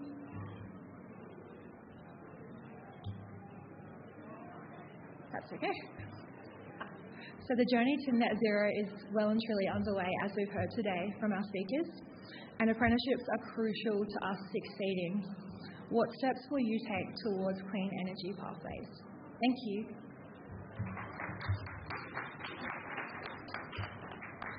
And I'll hand it back over to Tracy. Thank you so much, Holly. That was great. We're just going to have a quick break just for 10 minutes, and then we're going to do our next session, which is Volvo. And I just had a sit in the electric truck, which was super exciting. So very keen to hear from Lauren at Volvo next in about 10 minutes.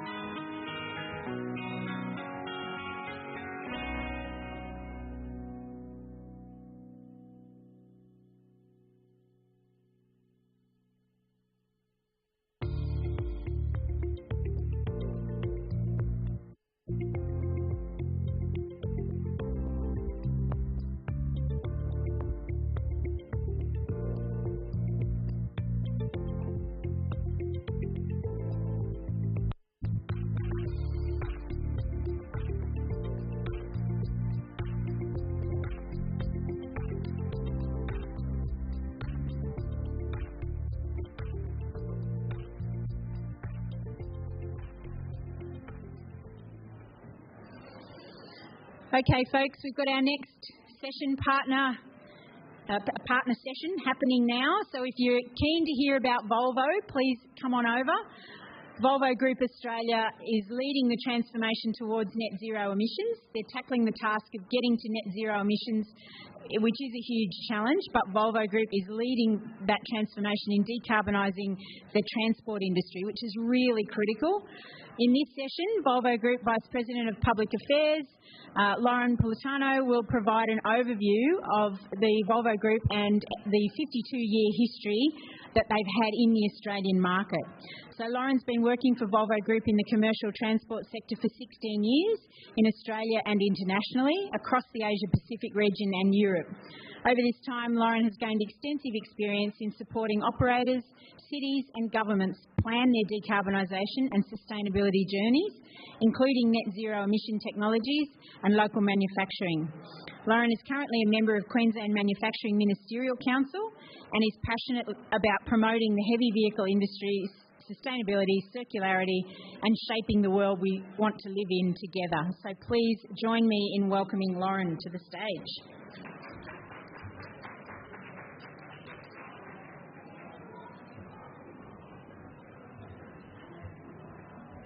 Thank you very much, Tracy, and anyone else in the room, please feel free to come over to the presentation area.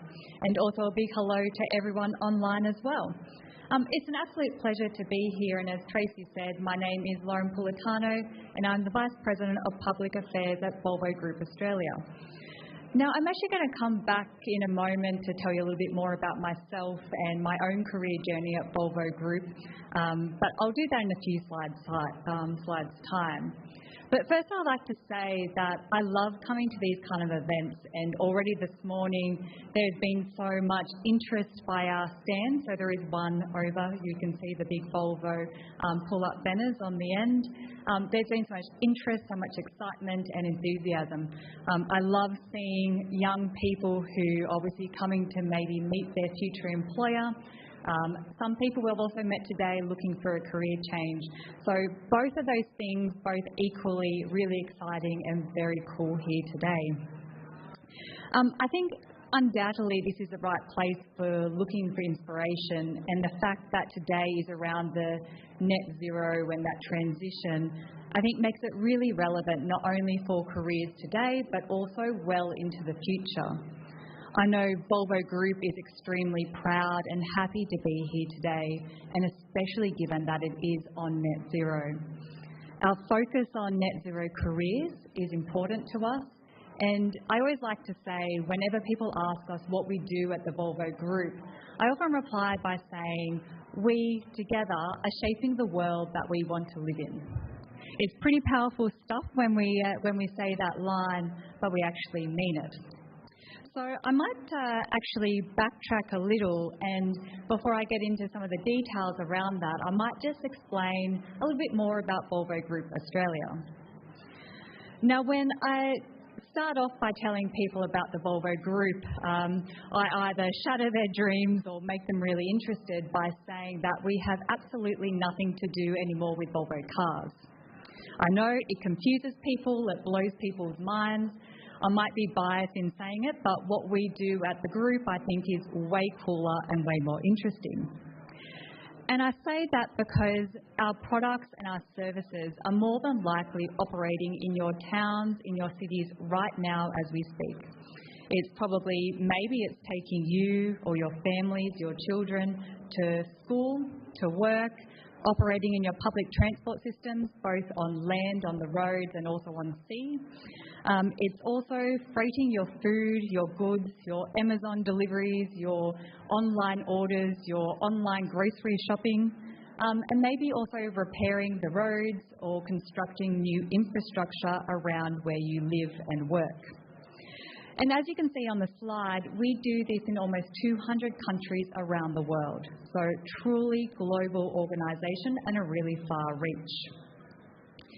If we then come to what we do in Australia, again, this normally surprises people and they don't realise that here in Australia, and this is just Volvo Group, I'll get to beyond that as well, we employ about 1,600 people and we manage the manufacturing, distribution and operation of well-known brands. I hope you know them when I say them. Volvo trucks, Mack trucks. Some of you might recognise Mack from the Cars movie, so the big red Mack, and UD Trucks, which is the Japanese brand in our truck fleet. We also do Volvo buses. So we're really proud. If you have a look even here in the streets of Toowoomba, there's many Volvo buses operating. The buses in Brisbane City, it's almost a complete Volvo city. So we've had a contract there for about the past 14 years in supplying the Brisbane City Council. But we also do things on the sea, so Volvo Penta, so marine and industrial engines. I always say the Penta people in our organisation have one of the best jobs.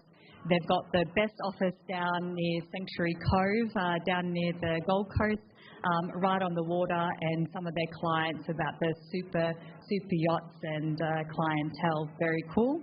But also the industrial engines. But in that space of industrial engines, also transitioning to battery energy storage systems as well.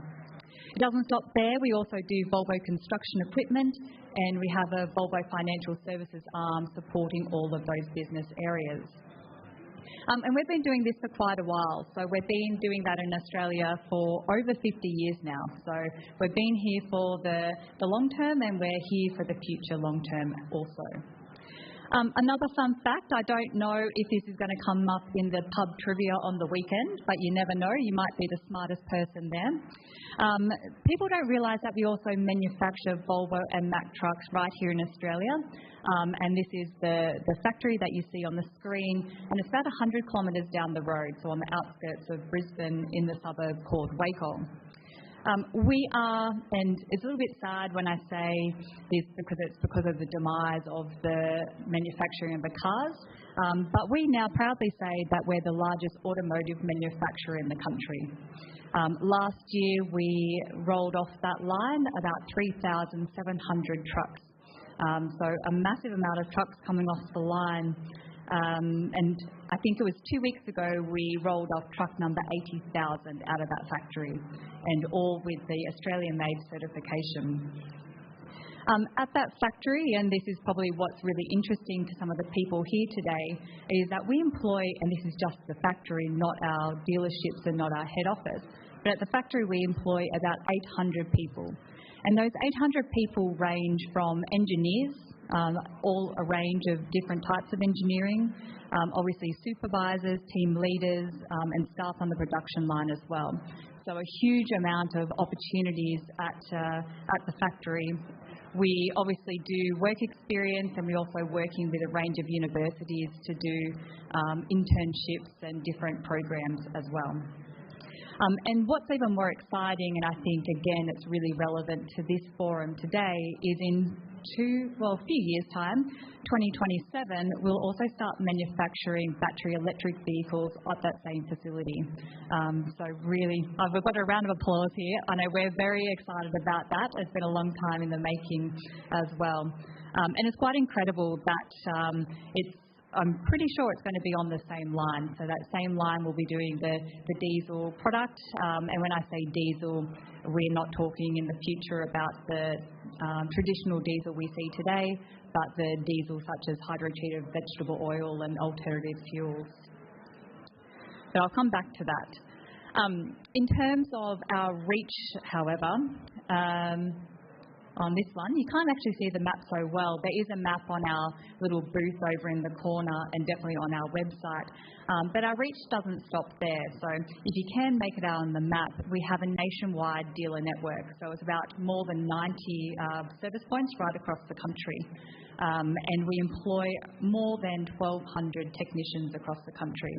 And I can guarantee that number is growing, and I can also guarantee if you are interested in becoming a heavy vehicle technician, there are jobs all the time and it's growing. A fun fact, again, I don't know if this will be in the trivia on the weekend, but the freight demand is forecast to increase by 50% between, actually, no, I lie, it's 77% by 2050 in terms of the freight demand. I don't know where all that freight is coming from, but I think it's also consumer buying habits if we think about the transition to online shopping and different demands, but also population growth has a big part to play in that as well.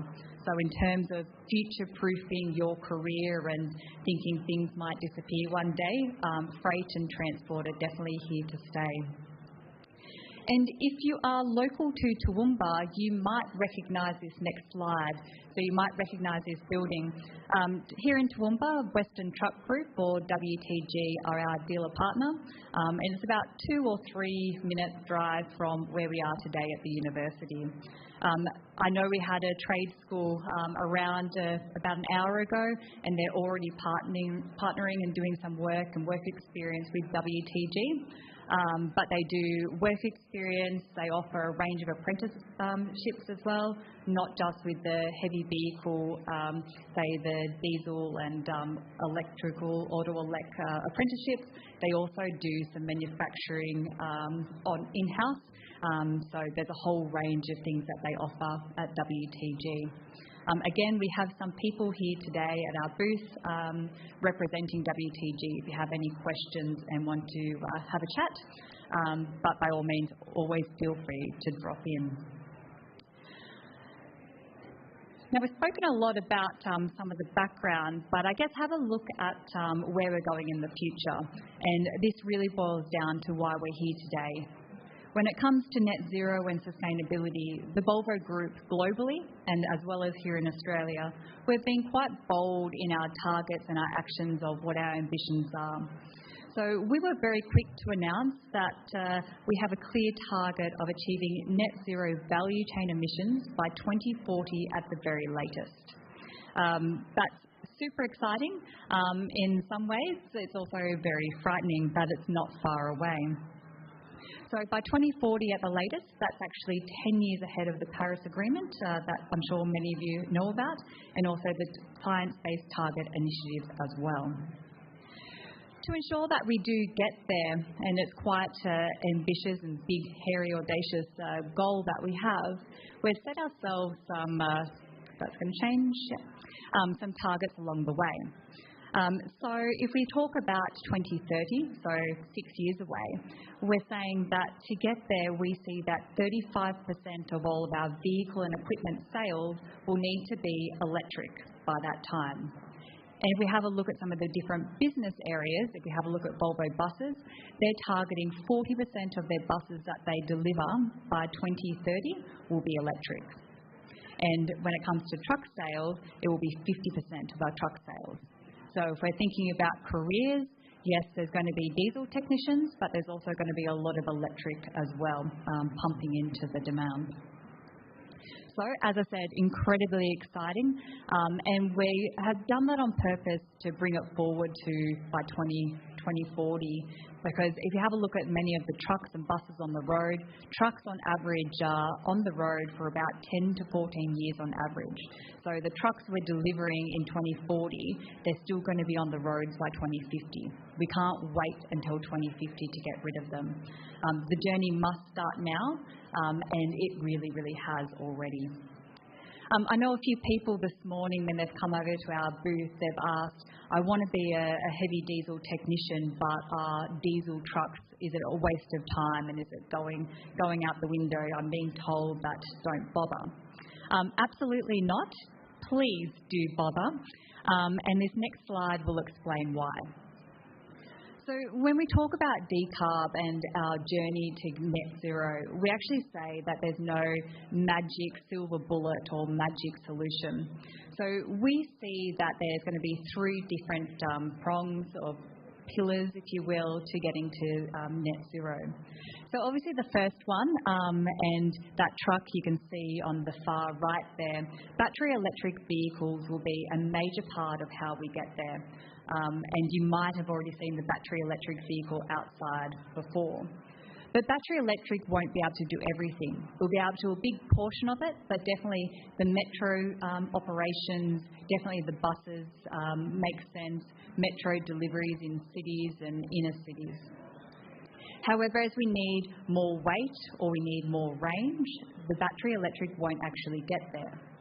That's when we start to see hydrogen coming into play. So when we talk about hydrogen, we start to think about hydrogen fuel cell electric, but also hydrogen actually injected into the internal combustion engine, or H2ICE as we like to call it. And that will take a major portion of it. So if we start to think about trucks doing the line haul, so if we're going from Toowoomba down to Melbourne or something like that, that's where electric trucks will really come into play. But then there will be a whole range of applications that won't be able to be battery, won't be able to be hydrogen for various reasons. If we think about where the recharging stations, the refueling might be, Australia is a really large country, but also some applications. Think about the road trains, the really heavy haul, heavy construction where the demand on the energy draw is just too great. That's where we see diesel or ICE, internal combustion engines, being around for a very long time, well into the future. But as I said earlier, it's just not going to be using the traditional or fossil diesel that we see today. We see it using fuels such as hydrotreated vegetable oil or HVO, e-fuels, bio-LNG, just to name a few. And HVO is one of our favourites. Our engines can already run on up to 100% HVO today. It doesn't have any impact on the servicing. It doesn't have any impact on the operations. The HVO, the chemistry of it is so similar to the traditional diesel. So you can also do it at any blend. It doesn't need to be anything special. So they can run on that today. I heard earlier, obviously, when the Clean Energy Council were talking about Future Made in Australia, we're incredibly excited to see what comes, because I think the manufacturing and the supply of fuels such as HVO, I think that's going to be one of the major things, and not just the types of clean energy when it comes to electricity. So production, manufacturing of renewable energy, renewable diesels, hydrogen, all of that I think is really exciting. Now, as you can see on this next slide, nothing tells a story like pictures do. These are just some of the electric vehicles and equipment that we've already put into service and are putting into service at the moment here in Australia. So we're definitely on our journey. It is underway and it's quickly accelerating.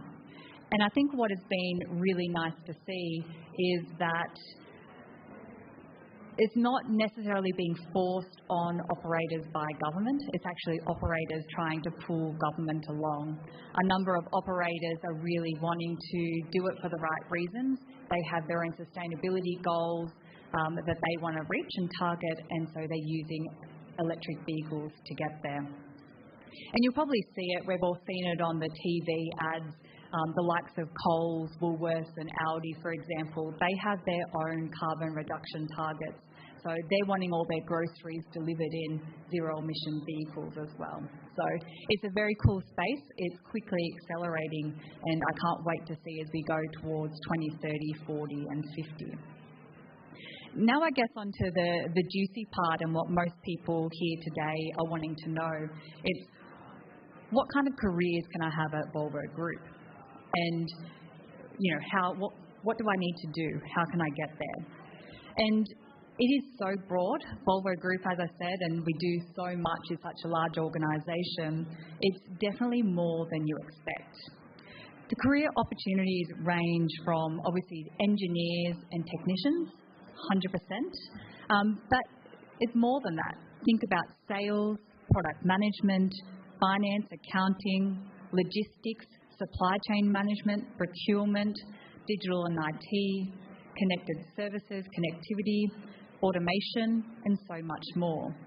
So if you want to join the Volvo Group, we really cater to a range of different career paths. And on this next slide, and this is something that I am really passionate about as well, I always say, and a lot of advice I give to people looking for careers, one of the most important things to do is to find an employer whose values align with your own. It's a company that you are proud to work for and you have that alignment. So at Volvo Group, some of the things that we really are proud of, safety is a number one priority. We say that every day, we start with that every day, and it is number one. We have values and we promote diversity and inclusion. And I must say it has been incredible this morning with a number of females coming across our booth saying that they're interested to become auto electricians and diesel technicians as well. So at the moment we've really been promoting apprentices for both genders obviously, but I think over the last 12 months we've had an intake of more than 20 female diesel technicians, who most of whom are doing the dual trade of diesel and auto elec as well. So again, it's not unusual to go into our workshops and see a real spread of genders, but also nationalities, ages, backgrounds, everything. So we really walk the talk in terms of promoting diversity and inclusivity. And something that I can definitely attest to, I said before, we are in almost 200 countries around the world. So there is that opportunity of global transfers and global opportunities and different career development.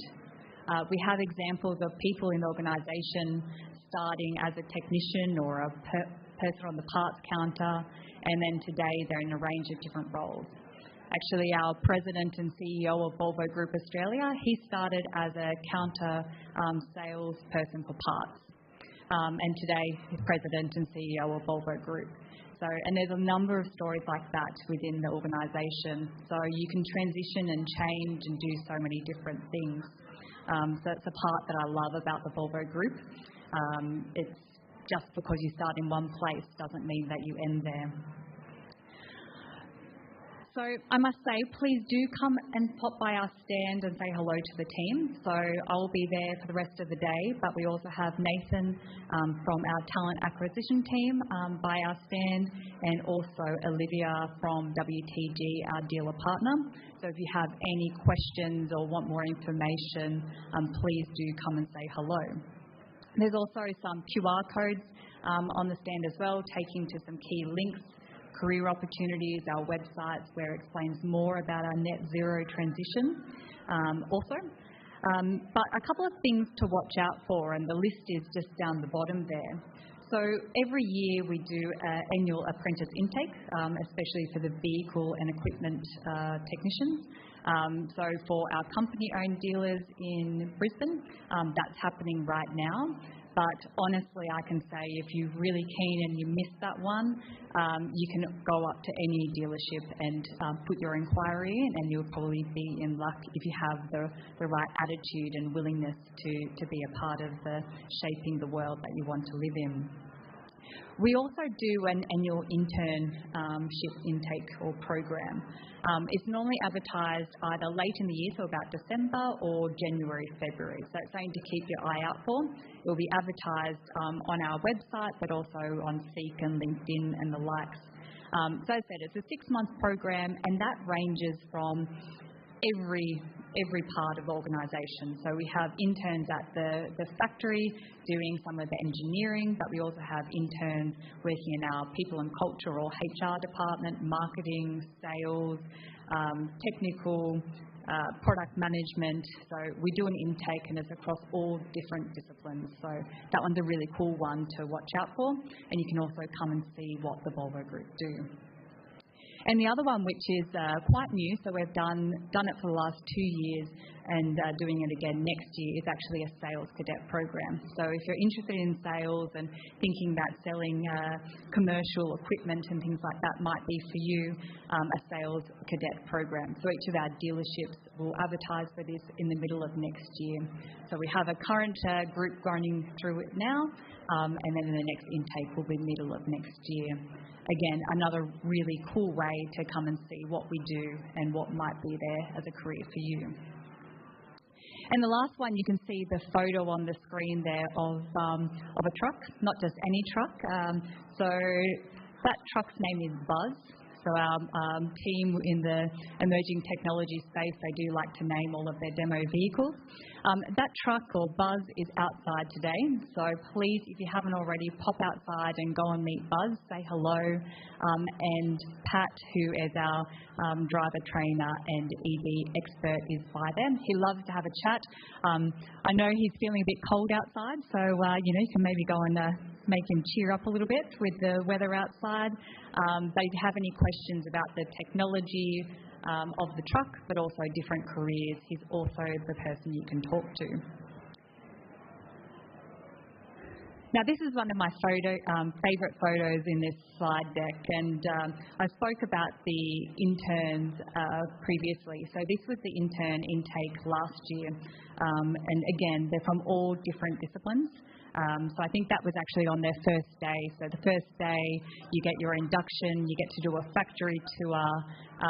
A few of them also got, well, they all could have. Most of them chose to test drive the trucks as well, so we do it all inclusive. And this one is my favourite because if I go back 17 years ago, that was me. So I started at Volvo Group as an intern, and I laugh now. I never thought I would work with trucks and buses and heavy equipment. I actually studied media and communications and a business degree, so I was not going down this space. Fast forward 17 years, I wouldn't change anything, and I said to people at the time, and I was telling Tracy earlier, I would ask people how long they'd been at the Volvo Group for, and people said 10 years, 20 years, 30 years, and I sort of rolled my eyes and said, what losers. I know what you're all thinking. So now I'm one of them. And I can say it hasn't been like that at all. The Volvo Group has given opportunities to change from different departments. I have spent 6 years abroad, so working in the Sweden head office in a global role, going to everywhere from America, Latin America, India, Asia, working across the Asia-Pacific region, based in Singapore for another 3 years, doing a whole bunch of roles in mostly buses, trucks, and now in a group role across all of the business areas doing the public affairs and government relations. So again, you don't know where life will take you. As I said, as a media and comms student, I never thought I would be in Asia running the product management and commercial development for the region and doing distribution planning and setting up new dealerships in new markets. It's crazy times, and it was an awful lot of fun. So as I said, I hope that you get some inspiration from today, not just from the Volvo Group, but also a number of the awesome companies that are here today in this net zero and clean energy sectors. It's a really growing area. You heard from the panel earlier today that it's a great career. It's not only future-proofing, but it's going to change so much. So please enjoy today. Don't hesitate to come and say hello to myself and the team. Don't forget Buzz and Pat outside, and please enjoy. Thank you.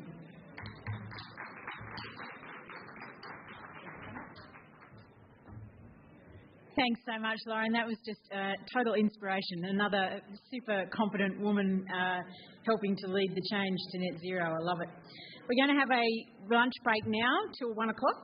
So, and then we're going to come back and have the session with the University of Southern Queensland. So that will be a really good session.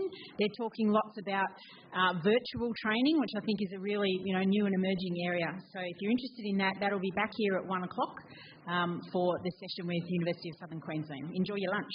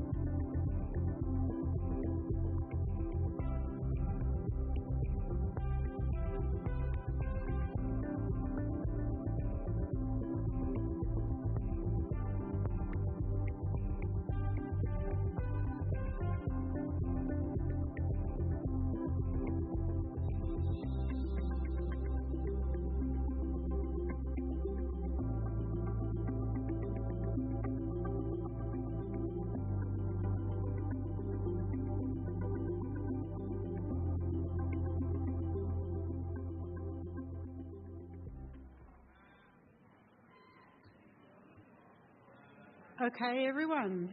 I hope you've all had the opportunity to meet Buzz. I'm yet to meet Buzz, and it's a must-do for me for this afternoon. If you've had your lunch and you've had your conversations, come and join us for the next panel session. This is members of the University of Southern Queensland. The session Going Beyond begins here. So come and hear a panel of esteemed staff and faculty members from the University of Southern Queensland for an engaging conversation about the diverse study and research initiatives offered. Discover how the university is pushing boundaries and fostering innovation to help students and researchers achieve their goals. Katie Prenzler is going to be facilitating the panel discussion. Katie is the Manager of Industry Relationships, leading UniSQ's National Priorities Industry Linkage Fund. The projects within that fund include an innovative virtual work integrated learning project model that connects students with live, authentic industry projects, with all collaborations conducted in an online environment. This initiative is funded by the Federal Government's National Priorities Industry Linkage Fund and was built for purpose to meet the needs of UniSQ students who, given their regionality, often experience barriers to quality work integrated learning experiences which can impact their future work readiness. At this roadshow, at the Toowoomba Roadshow, Katie will lead a conversation with a panel of UniSQ staff who represent a wide range of study, research and career initiatives related to the clean energy sector and preparing the future workforce of our region. So please come over and listen to the discussion. Katie, over to you.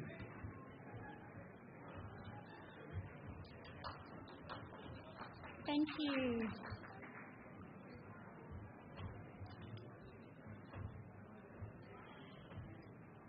Thank you and good afternoon, and a warm welcome to you all joining us here at our beautiful Toowoomba campus today. It's a little bit gloomy, unfortunately, outside, but it's so great to see everyone here today. And also to everyone joining us online, welcome to you as well.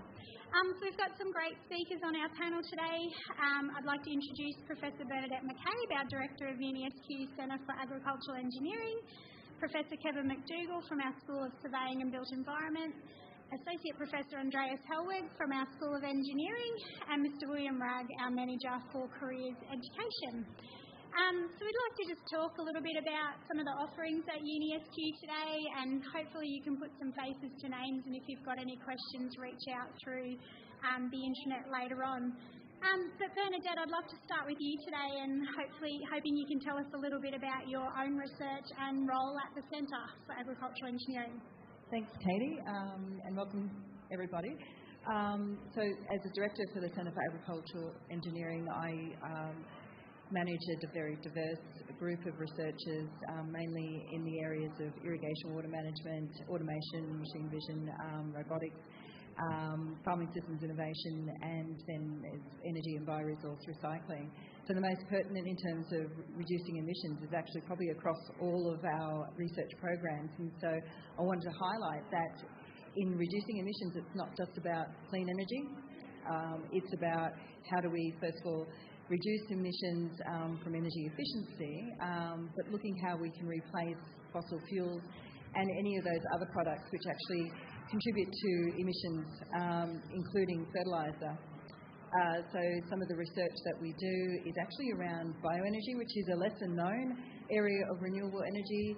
So that's actually taking waste that's produced on the farm, like residues like from wastewater from abattoirs or piggeries, and converting it into biogas, which then can be used to produce electricity, be used in vehicles including tractors, and also generate heat as well as power. So a very versatile form of energy. But the other kicker to the actual production of bioenergy is the utilisation of the waste product from the process, which you can actually use as biofertiliser. So that, again, reduces emissions from the production of urea, which is a very high emitter of carbon emissions. And so it's about that circular technologies. I'll leave it there. Yes, that's great. And I guess you've talked there a little bit about that integration into agriculture, and do you find it's the people in the agricultural sector who are taking these up, or is it external businesses coming in and working alongside, or a little bit of both? It's absolutely both. And in fact, it's not just even the technology providers or also the producers, growers, but also state governments and federal governments. And so from a regulatory point of view, that's a really important one. So the role of state governments in terms of actually understanding regulations in terms of actually importing, exporting into the grid, and also waste management, end of waste codes. So we work with industry, we work with technology providers, and we work with the governments, and that very much a tri-partner. Okay, great, thank you. Kevin, moving on to the School of Surveying and Built Environment, can you talk about some of the degree programs you've got and how they might relate to that Careers for Net Zero, and I guess some of the practical projects students might be doing in this space? Yeah, thanks, Katie. Yes, surveying, you might not think it's directly related to the zero offset of carbon, but exactly what we're doing is we start at the very early stages of many of these projects that you see out the back here. So whether that's a wind farm, whether that's a solar array that's going out there, surveying is in the very early stages of developing these projects. We go out there and map the sites for the projects. We go out and help the infrastructure go in to make sure it goes in the right place and it goes up effectively as possible.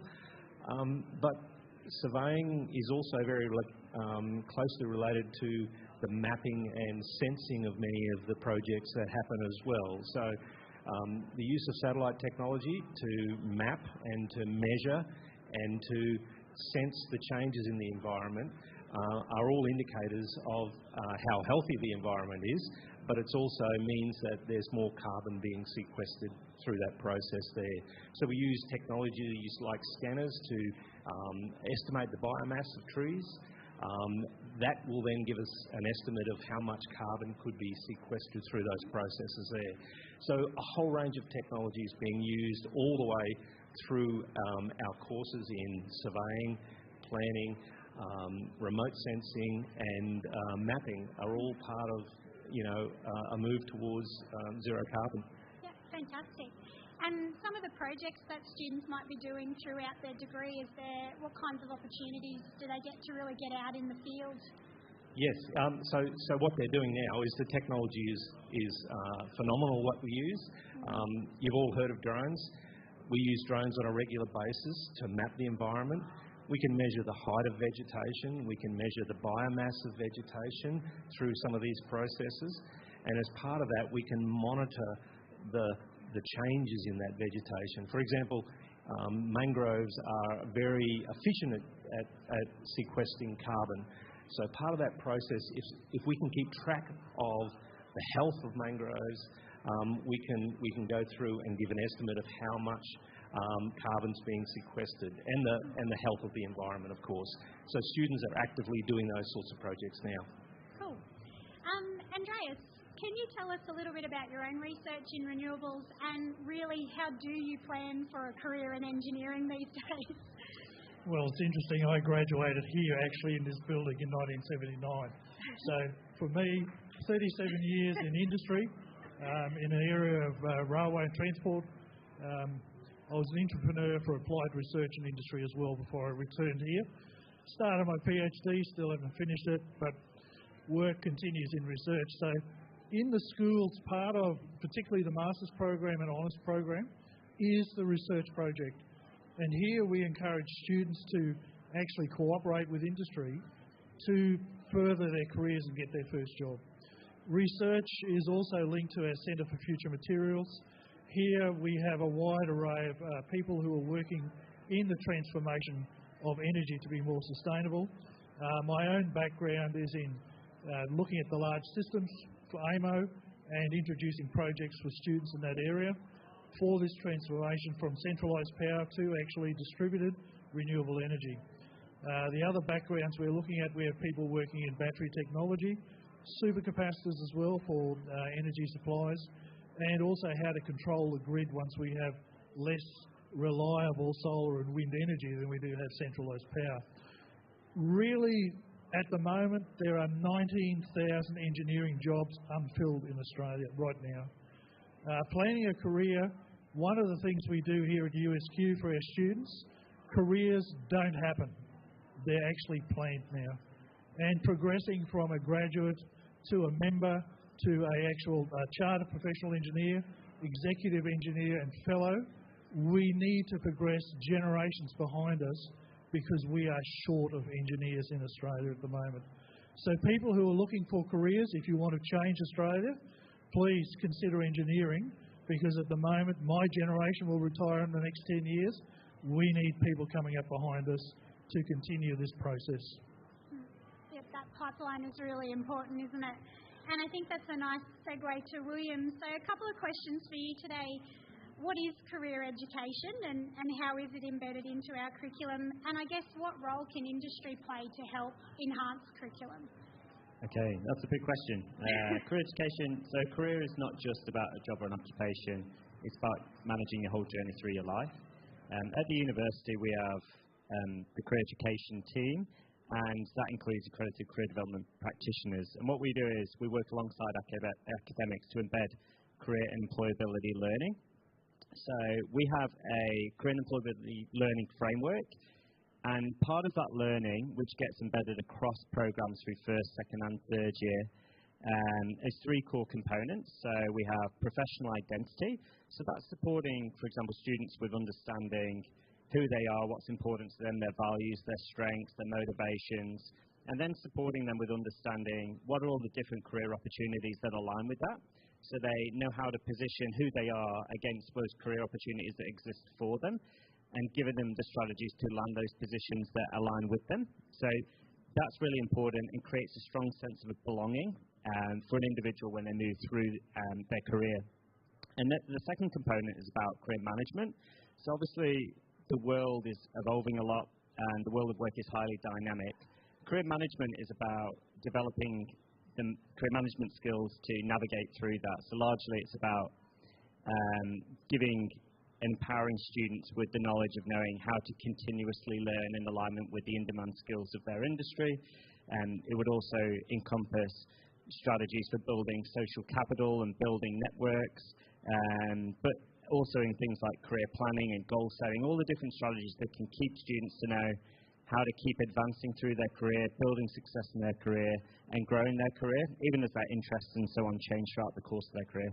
And the third component is about industry engaged and aligned students. So it's largely about knowing how to build strategies to connect within your profession. So whether it's being part of professional associations, mentoring, volunteering, at the university, work integrated learning and so on. So it's about, again, building connections with other humans, and through that gaining insights that drive your career decision making and advance your learning and helps you to grow professionally as well. So and in the context of industry, of course, a part of the university's accord, a big part of that is about advancing the integration between vet, university and industry. And industry will play a huge role, particularly moving into the future, to actually inform the in-demand skills that we need to develop, the knowledge, the attitudes and so on, so we can create or help train industry-ready students to go out there and really be successful right from the get-go to enhance the workforce across Australia. Thanks, Will. And I think it's really important to, reiterate that all of the learning and teaching that happens at the university, there are so many different ways industry can be involved. So there's guest speaking and talking about that non-linear career path, or it's bringing your subject matter expertise into the classroom. So if there's anyone online or here today that would like to chat to us about those opportunities, any one of us would be really happy to have that conversation and show you how those options in to help with that. Bernadette, coming back to something you said before around, that circular economy, and, given where these renewable sectors are coming into play in regional Queensland, what are the benefits for regions in adopting the circular technologies that might sit around some of these industries? Yeah, so the region, where we are on the Darling Downs, we're on the doorstep of a large number of agricultural industries, both intensive and extensive, both cropping and livestock. But the flow-on benefits that can happen, towards the actual communities that are within those regions for which the ag sector is very large. And so if we can integrate some of these technologies which are looking at reducing emissions into farming practice, it will have flow-on benefits to the community. And within the research area at the University of Southern Queensland, we have the Institute for Resilient Regions, which is specifically around looking at the economic development benefits that these sorts of technologies bring. But I think it's also very much a community-driven venture in the end. I know, these smaller communities are able to, harness a lot of the support which is required for the various industries to come together, particularly when it means, in circular economy, you need a waste generator, you need to have then a technology provider to convert that, but more important, you need an offtake of that product, and so that's that supply chain, which is a bit more controllable, I think, in a regional setting. Yeah, I agree.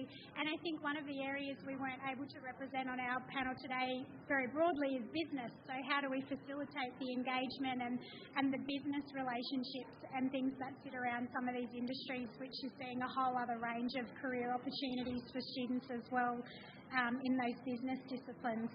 Kevin and Andreas, how are the future careers in each of your disciplines related to net zero, and practically what are students doing with their degrees when they go out into these industries? Maybe I'll start first. The degrees provide a great opportunity for a launchpad for any sort of future career. I think Bernadette talked about the economic dimension of it there. So the degrees across the university, whether they be in the technical areas like engineering and surveying, the business side and the economic side is critically important as well. You don't get $20 million projects up and running without some finance and equity. And to do that, you need a lot of business acumen. You need to get partnerships in place. You get project managers in there. So there's a whole range of dimensions and careers that flow from the infrastructure and technical projects there. So our students are working on these projects right now. So they're working on wind farms, they're working on solar farms, they're assisting in the building and the management and the operationalisation of those projects there. They're looking at the ongoing monitoring of the projects there using satellite technologies. So our students are actively involved in it, and Andreas will be able to elaborate further.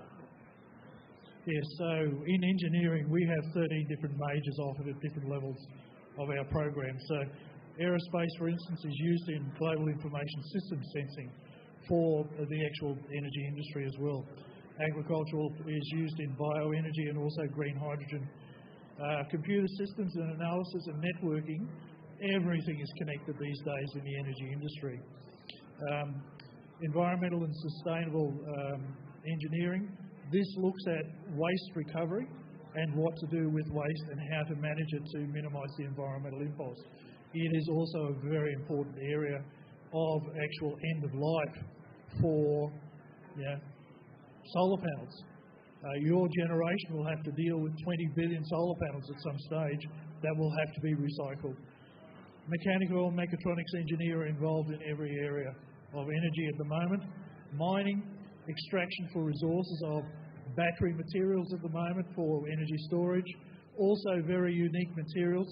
Copper, at the moment it's doubled in price and they're expecting they require 115% more copper in the future. So mining has a place to play as well, along with hopefully minimising the environmental impulse. Structural and civil engineering works are used everywhere in the energy to develop assets. Power engineering and electrical and electronic engineering are involved naturally in transmission, generation, retail of electrical energy. ICA, which is actually control and automation in electrical engineering, is used again. Where you have a grid that's distributed, the control of that grid actually gets very complicated. At the moment, Germany has 22,000 different sources of renewable energy going in their very small grid. We are going to have an enormous number distributed from Cairns all the way down to Hobart, all the way to South Australia. Control, automation of that with renewable energy is very complex. Similarly, engineering management and enterprise project management, we are way behind in the investment in our energy transformation at the moment. We are short of people in this area. So, look, careers for the future, the energy transformation alone in Australia to a more sustainable future, there are careers developing there and getting people from graduate to specialist engineers. This is one of the major concerns we have in Australia at the moment. So if you're looking for a long, interesting career, and this is my 51st year in engineering, you have a long career ahead, very successful one ahead if you choose engineering. Thank you. We might just pause there. Is there any questions online or in the crowd?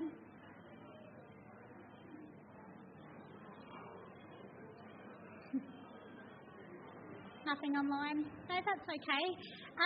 Again, I think today was a brief opportunity to deep dive into some of the areas, but certainly if you have any questions throughout the session today, there is a UniSQ booth and on the intranet where you would have registered as well. And you now have 5 connections at the university that you can connect with as well if you have any questions. So we might leave it at that. Thank you, everyone. Thank you, panel.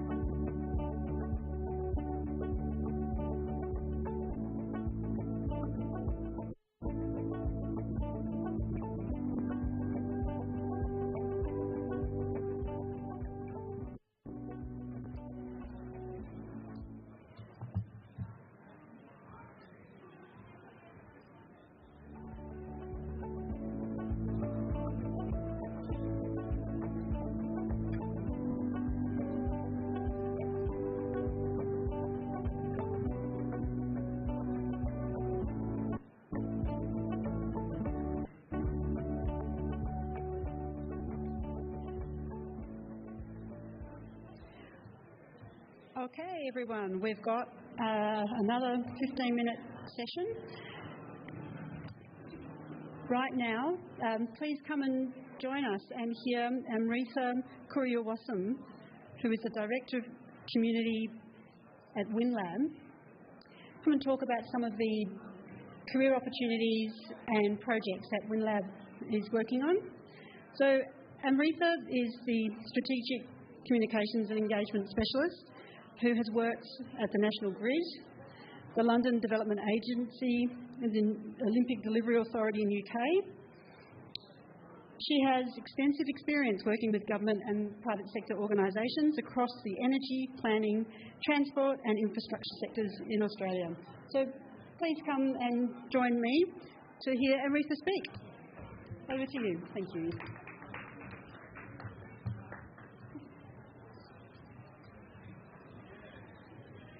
Thank you. I feel like I'm off the hook a bit with 3 people here.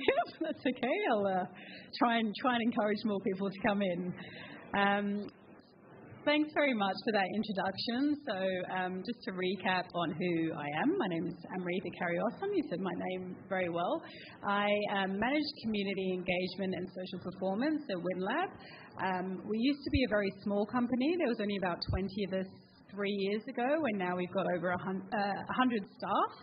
And WinLab actually started off, we were born out of the CSIRO. So we actually we kind of invented this amazing technology called Windscape technology, and that assisted in finding the right sites for wind farms. So we used to sell that information on to developers, and in that time we've been privatised and listed and privatised again, and now we actually manage the project life cycle from origination, so deciding where those wind farms should be, through to feasibility and development, constructions and operations. So we've been around for a long time, but we're actually seeing a real shift in what we do.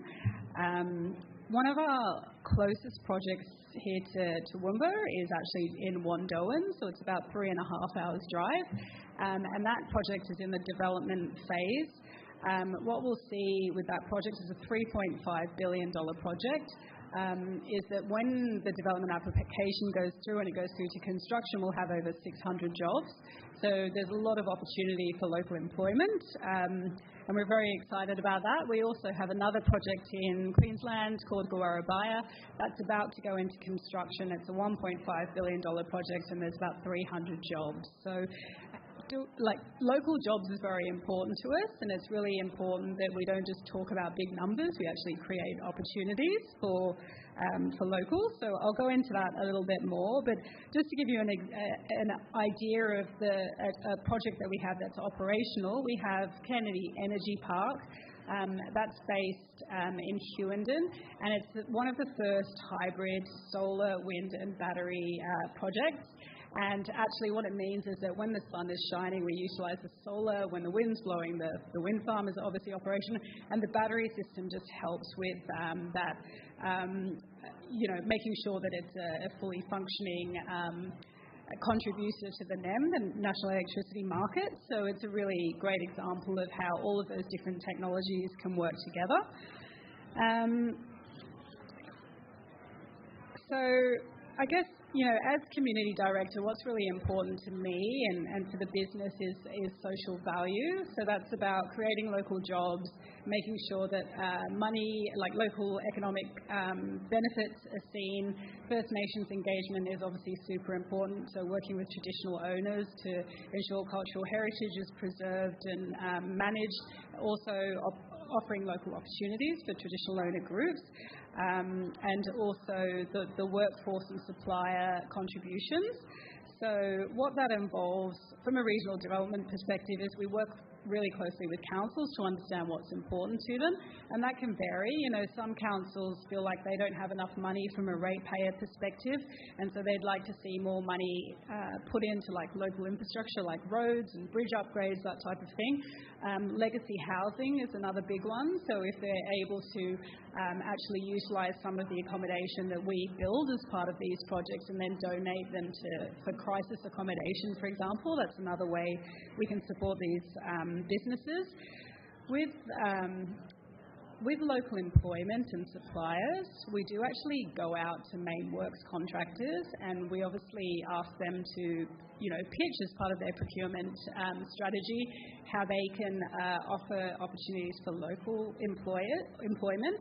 But we do try and go that extra bit where we actually try and register local businesses and local people that are interested in working, and we do a bit of a matchmaking service. So we'll get the main works contractors in a room with locals, and we'll get them to talk to each other so they can basically leverage opportunities. We do have a lot of criteria within our local content plans, about 5% of local jobs, First Nations targets, employing people within 60 and 160 kilometres, and there's a lot of reporting that's required to make sure that that happens, and we think that's really important. The other element is community benefit funds. So with Gowarabaya, for example, the project that's about to go into construction now, we have a $200,000 community benefit fund split between two councils, and that will go to local sponsorships and donations or legacy projects, and we work with local community groups so that they get as much bang for their buck. So a lot of these regional communities, firstly they want to know who we are and if they can trust us, but it's also about providing opportunities where we don't just tell them how it's going to be. They want to be able to influence how that money is spent. And, with the Wandoan project, for example, sponsorship for camp drafts and things go a really long way. So it's about sponsoring things that are important without just throwing money into the air. So the other thing I think that's really important to discuss is First Nations partnerships. So we are lucky enough to have good relationships with our traditional owners on many of these sites. Some of them are contested land, so it's about working across a metrics of different groups and trying to find a happy medium with that. We have actually got naming rights on Gowarabaya that's kindly provided by our traditional owner group, the Gugu Barden.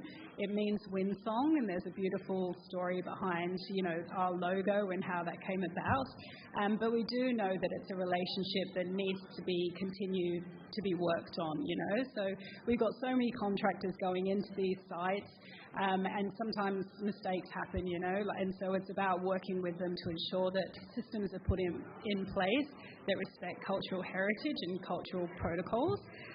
So that's a really important part of that. We put together a bit of it was a landmark ILUA, which was a First Nations employment strategy and benefits strategy, and it took years to get across the line working with these TO groups. So it's really important that we now say what we do. We're going to say what we say we're going to do as part of that to make sure we get, we see the benefits of the project. So from a career perspective, there's a lot of different jobs within WindLab. There's obviously in-house jobs, construction jobs, and then indirect jobs. We work with a lot of different consultancies to prepare reports and things as part of our environmental impact assessments and for our DA. But the careers can kind of start off in that science and, like data kind of space. In the origination team through to transactions, so like working to develop PPAs, which are like, how the equity and debt will work on the project to fund future things. Community engagement is obviously huge, and landowner engagement. So we've got a lot of a land team that actually have backgrounds working in regional and rural communities. Often they come from regional and rural communities, but they also have a law background, so they assist with the development of contracts. And then that can go through to design, engineering, construction, and then ultimately operations. So, it's been a really great opportunity to speak to people today and chat about early careers and all the different options and career pathways. What we'll see with our projects alone is that if they all get approved, we'll have about 1,300 jobs. So there's a lot happening. So we do have a little stall over there, and we actually have a bit of a book, which is it's an international snapshot of people that work in the renewables industry and why they joined, and it's quite well written and interesting. So feel free to come over and introduce yourself, and I'm happy to take any questions. Any questions? Yeah, go for it. Yeah.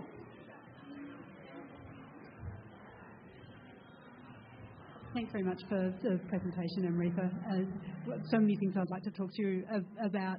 One question that comes to mind now is the Community Benefits Fund that you mentioned. I'm just interested, did WindLab decide to do that itself and set it up, or has it been part of a broader sort of government initiative or something? Just interested to know about that. I would say that the industry is kind of running and chewing gum at the moment when it comes to community benefit funds. So what we try and do before we even get planning approval on our projects is introduce a pilot program, so around $50,000, and we'll go out to the community and say, hey, how would you like this money spent? We're just getting to know you, and that helps us get an understanding of where there's like needs and what the areas of interest stuff is. We then do a bit of a benchmarking exercise to see what all the other projects are doing in the area, and we'll try and beat that from a financial perspective. So that's where the $200,000 came from. And then we work really closely with councils to understand how that split should be. So sometimes you'll find the projects in one local government area, but actually all of the impacts of the traffic and things goes through another.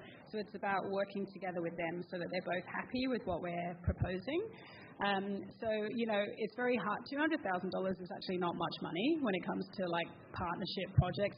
So we do try and dedicate some of it to like sponsorships and donations. It could be like uniforms for a local footy club, for example, and then try and match funding with councils to do bigger, better things. So that's $200,000 per year for the life of the project. So that's 30 years, and that's adjusted to CPI.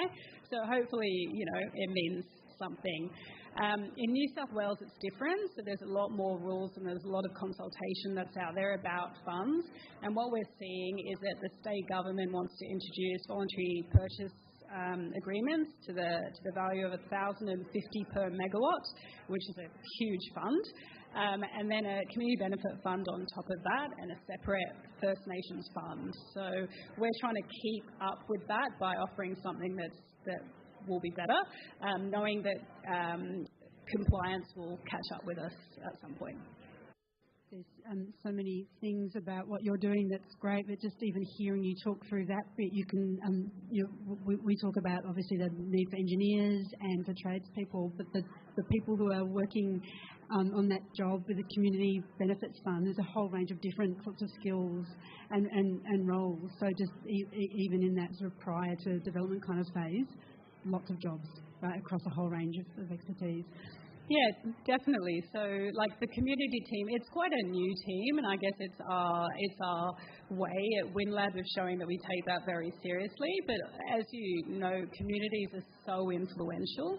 So what you might have is one person being unhappy, and then that can kind of escalate into, a group of 800 anti-wind farm protesters and that type of thing. So it's a necessity that it's done well, but also when it's done well, it can be a wonderful thing for that community. So, yeah, so we do, at one end of the scale, we've got scientists and grid engineers, and quite often I have no idea what they're talking about, and others are kind of more social creatures, and together it's quite a nice match. So my colleague who's here today, Dave, he's a senior project manager. He's an engineer. Very different, but, we get along, and it's all good. Are there any other questions? All good? Yeah. Close.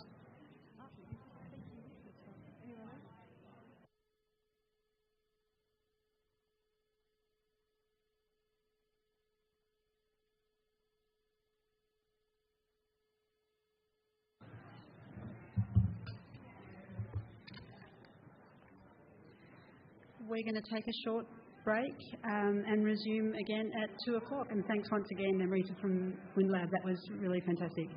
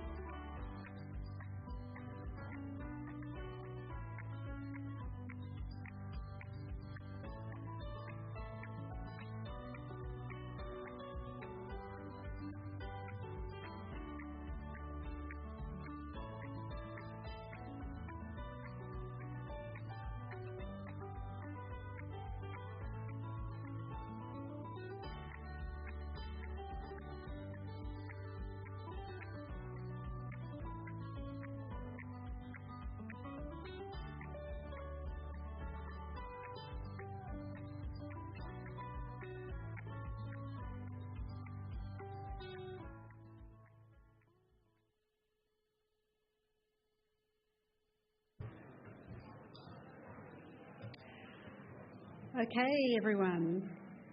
We're getting close to the end of our first regional Careers for Net Zero Roadshow, and it's been wonderful. Thanks, Toowoomba.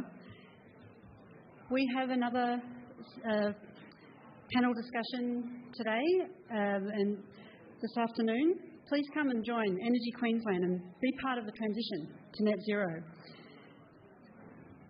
If you want to be part of Queensland's renewable energy transformation, think about a career with Energy Queensland or one of our customer-facing brands, Ergon Energy Network, Energex, Ergon Energy Retail or Eureka. The people at Energy Queensland are at the front line delivering for customers and communities to support the Queensland Energy and Jobs Plan towards net zero. Simone Burke, who's going to facilitate the panel discussion, is an accomplished recruitment and engagement specialist with 10 years' experience in both the private sector and Energy Queensland. Renowned for her ability to foster authentic relationships and partnerships with both internal and external stakeholders, Simone prides herself in looking at the big picture. Her passion for diversity and inclusion in the workplace is evident in her dedication to seeking out training and events that will grow her knowledge in this space. Simone supports aspiring undergraduate engineers by facilitating real-world work experience and professional development across Energy Queensland. So come on over and listen to the folks from Energy Queensland talk about the jobs.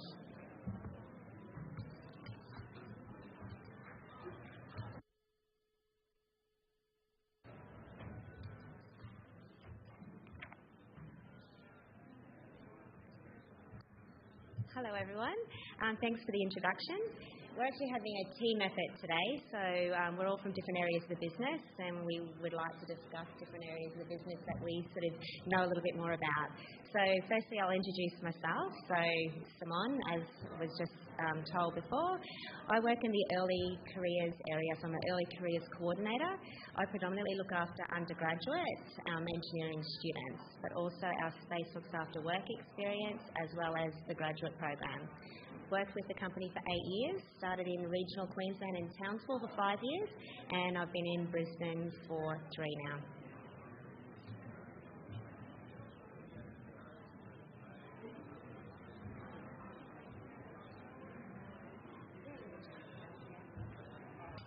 Good afternoon everyone. My name's Brad Rigby. I look after our apprentice program at Energy Queensland. We've got one of the largest apprentice programs in Australia, about 570 apprentices at the moment. Did you want me to continue on? And I'll pass it over to... Hi everyone, my name is Lauren and I'm a recruitment advisor at Energy Queensland and I mainly recruit engineers. Hi everyone, I'm Connor Mitchell and I'm also a recruitment advisor. So I recruit sort of field delivery staff in South East Queensland. Been with the business 6 months, so in terms of career with Energy Queensland, I can certainly speak about the transition into the workforce here. So pass on. So Energy Queensland is Australia's largest wholly government-owned electricity company. We service customers and communities through our distribution businesses, Energex and Ergon Energy Network, our regional Queensland retailer, Ergon Energy Retail, and our commercial provider, Eureka. If I could just go on to the next slide. Can we move to the next slide? Yep, thank you. So just an overview. This slide basically, if we can go back to the slide before that one. Yeah, thank you. This slide talks to us as a whole. So at the moment we are exceeding 8,200 employees. We've got 210,000 kilometres of power lines, 5 customer contact centres, 3 network control centres, over 500 graduate and apprentices, 1.7 million power poles, 34 power stations, 43 large-scale solar energy connections, 766,000 retail customers, $29.2 billion asset base and 800,000 solar energy systems connected. So that basically gives you a bit of an overview of who we are.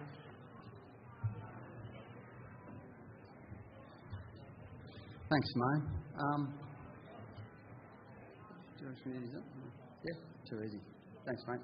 So moving towards a net zero energy future. So at Energy Queensland, we're investing very heavily to support the Queensland Energy and Jobs Plan. 75% renewable in Queensland by 2032. We've got a very strong social licence to navigate this renewable energy transformation. So what I'm about to talk about now is just a few of the things that we're doing at Energy Queensland as part of that transition. Beautiful. So battery locations. So part of that, as everyone would know, household solar is becoming increasing, and I think, don't quote me, growing about 55% per year. So as part of that, to combat, Energy Queensland's committed local network connection battery operated systems. So we've committed to one a month until 2032, and these are across various locations. As you can see on the PowerPoint, very much a staged process. And to complement these, we've got some LV batteries that will be switched onto the network as well, in locations where we can't have the bigger HV connections. A big part of that, fringe of grid. So we've got a lot of projects in place to combat supply in our rural regional areas, standalone power systems. So these standalone power systems will allow us to really be diverse with our network and, in those really rural, remote areas, reduce the network capability we require with standalone power systems.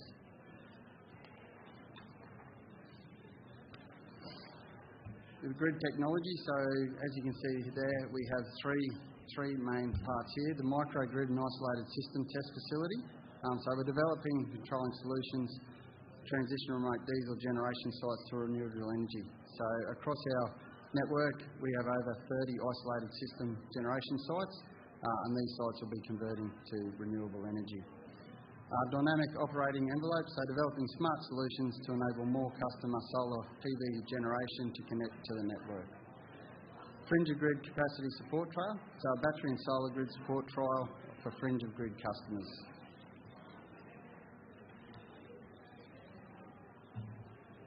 So I'd like to talk a bit now, Simone, I'll continue on with the apprentice. So some of our core workforce attraction programs. So as I've said before, I work with our apprenticeship program.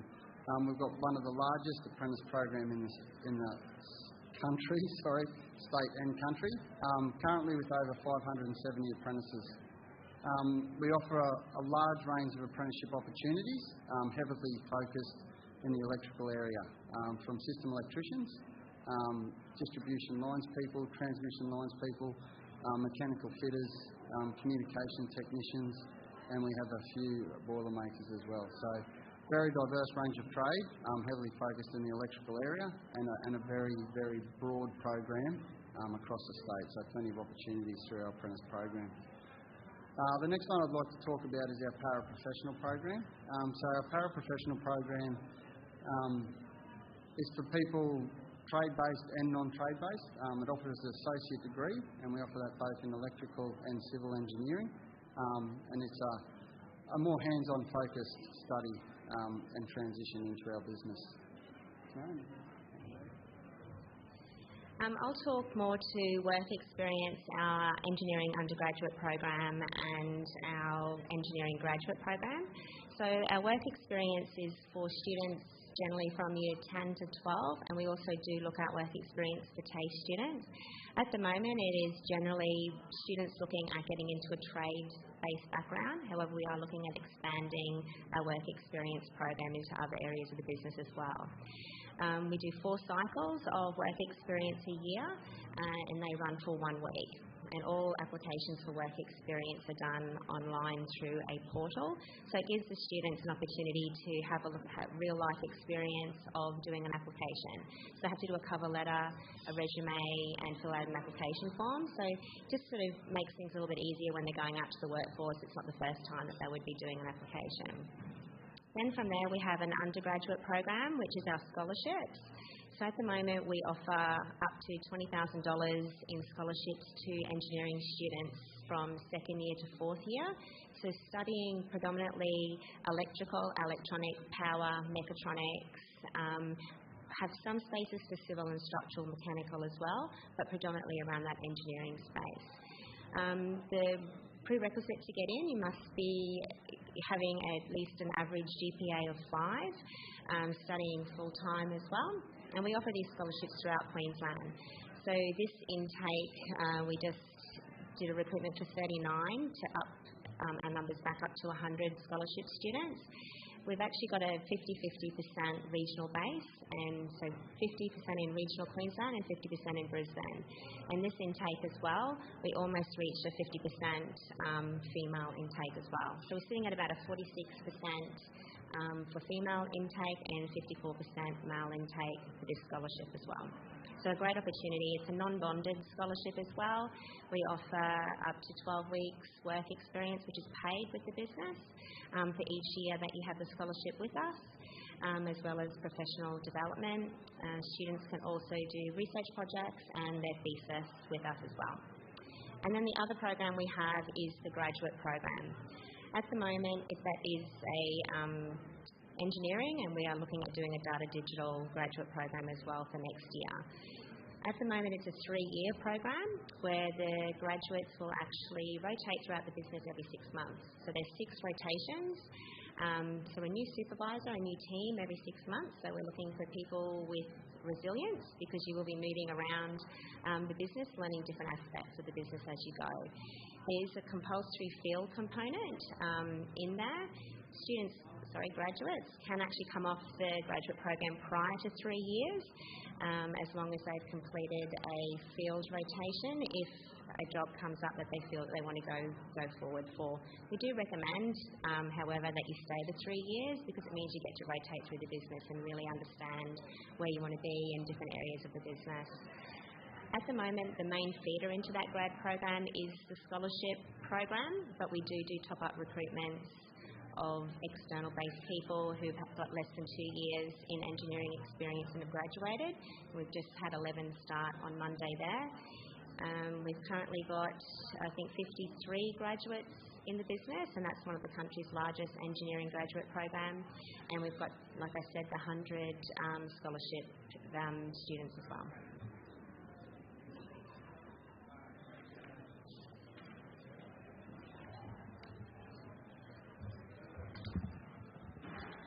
So outside of the core workforce attraction programs, we do recruit experienced professionals as well.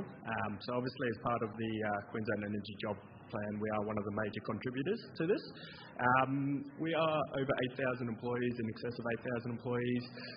For example, last financial year, we grew by over 1,000 FTE. So yeah, look, we are on a major growth phase and going to continue doing that. In terms of obviously some roles that you might be interested in, we sort of range across from engineering, working on the grid, through to IT digital professionals who protect the network from sort of cyber threats, all the way through to frontline workers, call centres, and everything in between. In terms of what we sort of look for from a recruitment perspective, and for you as candidates out there, look, obviously your sort of qualifications and experience, that is what is sort of highlighted to us. There'll be some further slides which might sort of help in some tips and tricks on what we sort of look for to promote that.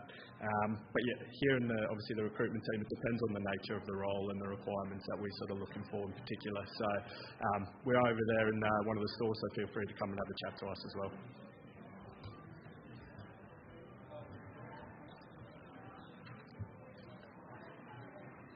So, in terms of some of the benefits of working for us, if we could go back a slide.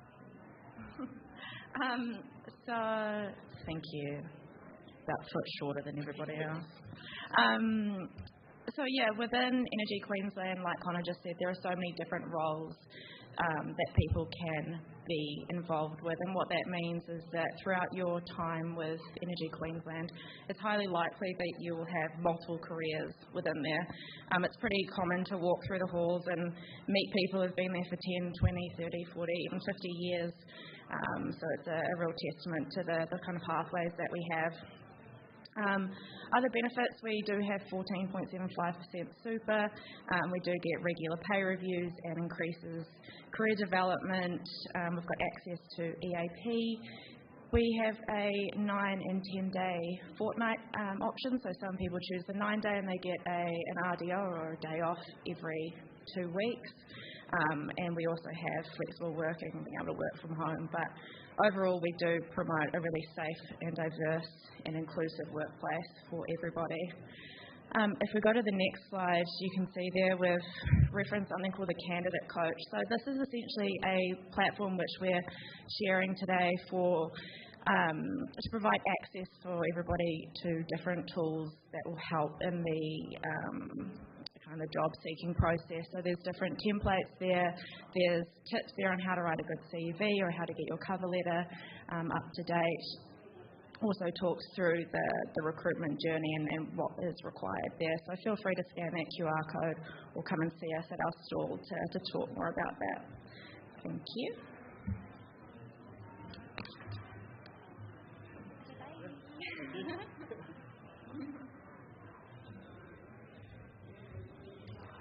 Well, thank you very much, Energy Queensland. I love my job, and I'm not looking to go anywhere. But I have to say that after every session, I'm like, yeah, I want to work for them. Yeah, I want to work for them. I still remember when it was time for me to make that decision of what I was going to study at university. Sadly, there was never any consideration at that point that I might take up a trade. Had no conversations with anybody about anything, just ticked the box. And so to hear some of the programs that are available now to recruit younger people and to retain them, it just sounds amazing what you've got. So thank you very much for taking the time to come and talk to us about it. Really appreciate it.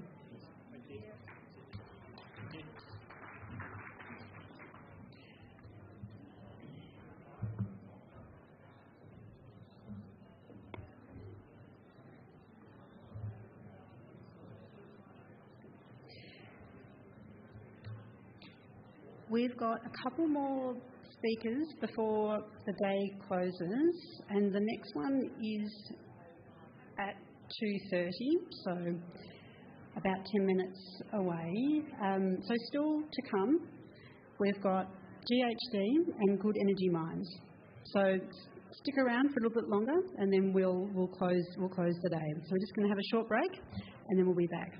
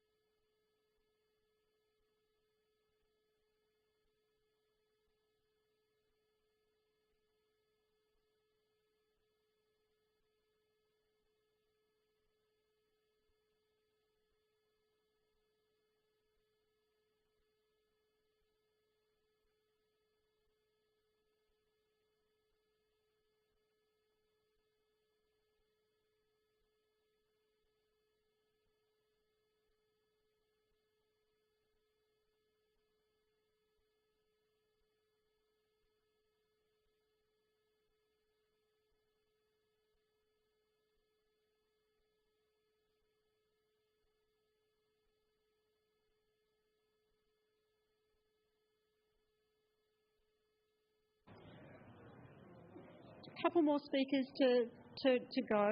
So now we have Sheila from GHD, who's coming to speak to us about the work GHD does and the career pathways and opportunities. Sheila is a structural engineer with over 20 years of experience in structural design, construction inspections, condition assessments, project management, design management. Wow, that's impressive. She provides technical support across a diverse range of projects in the fields of energy, resources, defence and infrastructure. Commencing her career in 2000, Sheila's involvement and exposure to various projects in multiple markets led her to her advancement to senior positions, both technical and leadership roles.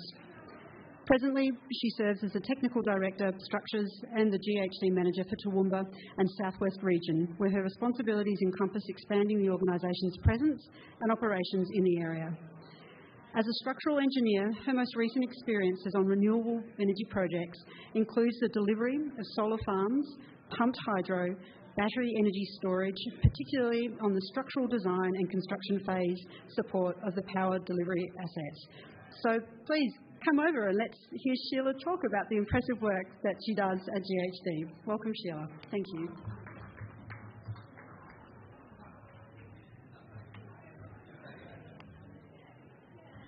Good day, everyone. It's great to see you all here. And my name is Sheila Olandria, and I'm here to present on behalf of GHD.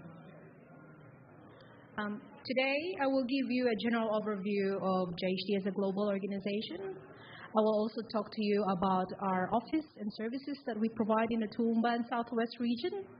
I will also present to you 2 future energy projects that we have been involved with.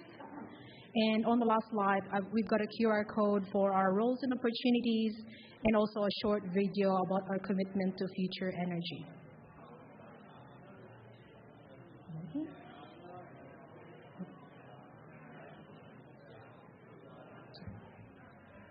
As we begin, I would like to acknowledge the traditional owners of lands and waterways of where we present and meet today. We respect that they have taken care over this part of Australia for many thousands of years. We also pay respect to the traditional owners on whose lands all GHD offices are now located. We honor those who have gone before us and thank them for their contribution in ensuring that we are able to come here today as Australians in the spirit of reconciliation. I'd like to personally acknowledge the Gayabal and Jarawa peoples and the lands where I am presenting today. At a glance, GHD has been in operation for over 95 years. Our services stretches over 135 plus countries with 160 plus offices worldwide. We operate in 5 global markets, and we've got about over 11,000 people with 45 plus service lines in engineering, environmental, advisory, architecture, digital, and construction services. As the world's leading professional services company, servicing 5 global markets, we support both private and public sector clients. We are driven by a service-led culture and well-connected global network. Our well-connected global network is demonstrated by the many projects where the services are not limited to being provided locally, but also drawing our global specialists to deliver technical capabilities to support our clients' visions and/or challenges. While GHD continues to grow globally, we also recognize the need to deliver local. Hence why, historically, GHD has always maintained strong regional presence throughout the many regional offices all over Australia and the rest of the world. The map on the slide shows a snapshot of our offices where we operate and deliver projects across Australia, New Zealand, other Asia-Pacific regions, the Americas, Europe, and the Middle East. The 5 global markets in which we operate are water, energy and resources, property and buildings, environment, and transportation. We are a global professional services company that leads through engineering, construction, and architectural expertise. Our forward-looking, innovative approaches connect and sustain communities around the world. Delivering extraordinary social and economic outcomes, we are focused on building lasting relationships with our partners, clients, with technical authority as our core. This slide shows the various service lines and disciplines that we have at JHD. As previously mentioned, while our reach is global, our need is local. So here is a summary of JHD in Toowoomba and the Southwest region. JHD Toowoomba has been in the region for close to 20 years. It's February 2025 to be exact. Over the years, we've maintained at least 20 staff who work and live in Toowoomba and the Southwest region. We have grown our service delivery from a civil and transport focus to now having 9 multiple disciplines. We are hoping to continue to grow our capability to support the 5 global market demands and also, and especially in the power delivery and renewables sector. As with any JHD offices, we support projects in all 5 global markets and continuously deliver not just on local projects, but projects nationally as well. We've had opportunities to work on projects outside of the region, such as those in the Asia-Pacific countries like Timor-Leste, Vanuatu, Fiji, the Philippines, and New Zealand. We are proud to be living in Toowoomba, but still get to experience unique and interesting projects in various locations. Our global connectivity provides our team significant growth opportunities in career through project involvement offered in other regions and different states as well. To give a context about opportunities we have at JHD, let me share to you my personal experience and my career journey for the last 14 years. I've started as a structural engineer in the Darwin office and built my career both technical and leadership in the organization. My technical experience encompasses delivery of various projects, especially in the energy and resources space, defense, water, property, and buildings markets. As a structural engineer, I've been involved on projects that includes design, construction support, condition assessments, project management, design lead, and supervision. As a leader for Toowoomba, I manage the day-to-day operations of the team. I promote JHD and seek opportunities to service clients in the region. In terms of projects, I feel to continue to be involved technically, especially in the delivery of power generation structures. In the next succeeding slides, I will present to you 2 projects that me and my team were involved with in the future energy space. But before I do that, I'll just give you a quick summary of other services outside of the future energy projects that the Toowoomba team has been involved with as well. They include the design and upgrade and rehabilitation of council main roads, development of master plan for regional and urban areas, building design and construction support, design of major water infrastructures, assessment of aging facilities and rectification works, flood modeling and studies, design and project management of various defense facilities and assets, and technical delivery of substation structures, both brownfield and greenfield sites, including projects associated with battery energy storage systems. Most of these projects, we work closely and collaboratively with our South Queensland office and other JHD teams across Australia and the Asia-Pacific regions.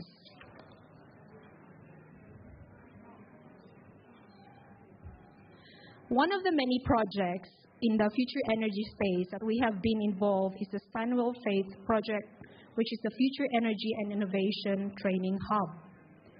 This is a pipeline of commercial project opportunities in the wind, solar, hydrogen, and battery storage technologies. This project was driven by a response to evolve and renew the client's portfolio in response to an evolving market and consumer expectations, and to support Queensland's transition to a lower carbon future.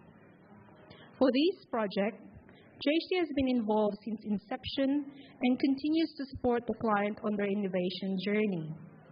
We've been closely working to define the Clean Energy Hub's vision and master plan, develop a design to support their operational requirements, and assist with technology analysis. This project involves multidisciplinary teams of about 160 JHD technical engineers and subject matter experts that were involved at various phases of the project. My role in this project is a structural design lead to help develop the concept design of the battery storage equipment foundations and supports. We work closely with the design team to develop an integrated design solution for the facility. Our current involvement extends to assisting in the construction and delivery phase, supporting the client as owner's engineers, undertaking detailed design reviews. This project is one of its kind, and I'm very grateful to have been involved through JHD. Another significant project for the net zero transition that JHD was involved is the Kidston Pumped Hydro Energy Storage Project. In this next slide is a short video of the innovative details, design, and processes involved in the completion of the third largest electricity storage device in Australia. Part of GenX's Power Energy Hub, the Kidston Pumped Storage Hydro Project is Australia's first pumped hydro facility in 40 years. As the world and Australia transitions to a renewable energy future, this repurposed gold mine site presents a unique opportunity and a vision for Queensland's low-carbon and pumped hydro future.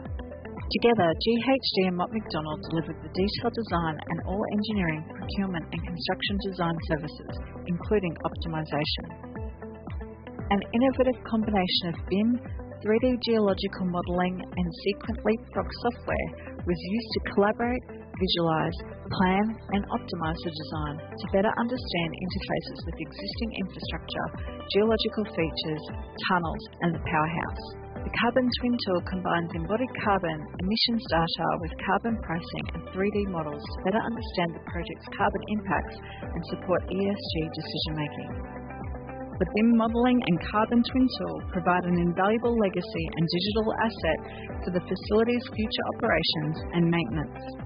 Projects like Kidston Pumped Hydro have a powerful effect.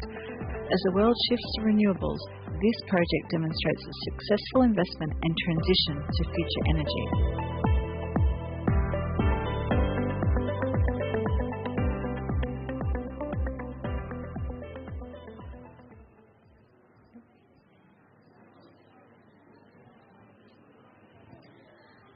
The global energy is changing, and we all know that, and that is why we are all here. The transition is not just a transformation of energy system, but it is also a transformation of our community, our economy, and our way of living. JC's vision is to support our clients and communities to lead this transition to a future that is affordable, reliable, secure, and low-carbon energy to achieve a lasting global benefit. In a world that increasingly needs us, JHD commits to answer the call. We action by bringing our team of highly technical people and using our skills and capabilities to support our clients and communities as we transition to clean energy. Thank you all for listening. At the end of this slide is a QR code that links to our future energy opportunities and roles. But first, here's a quick video to showcase JHD's commitment to future energy.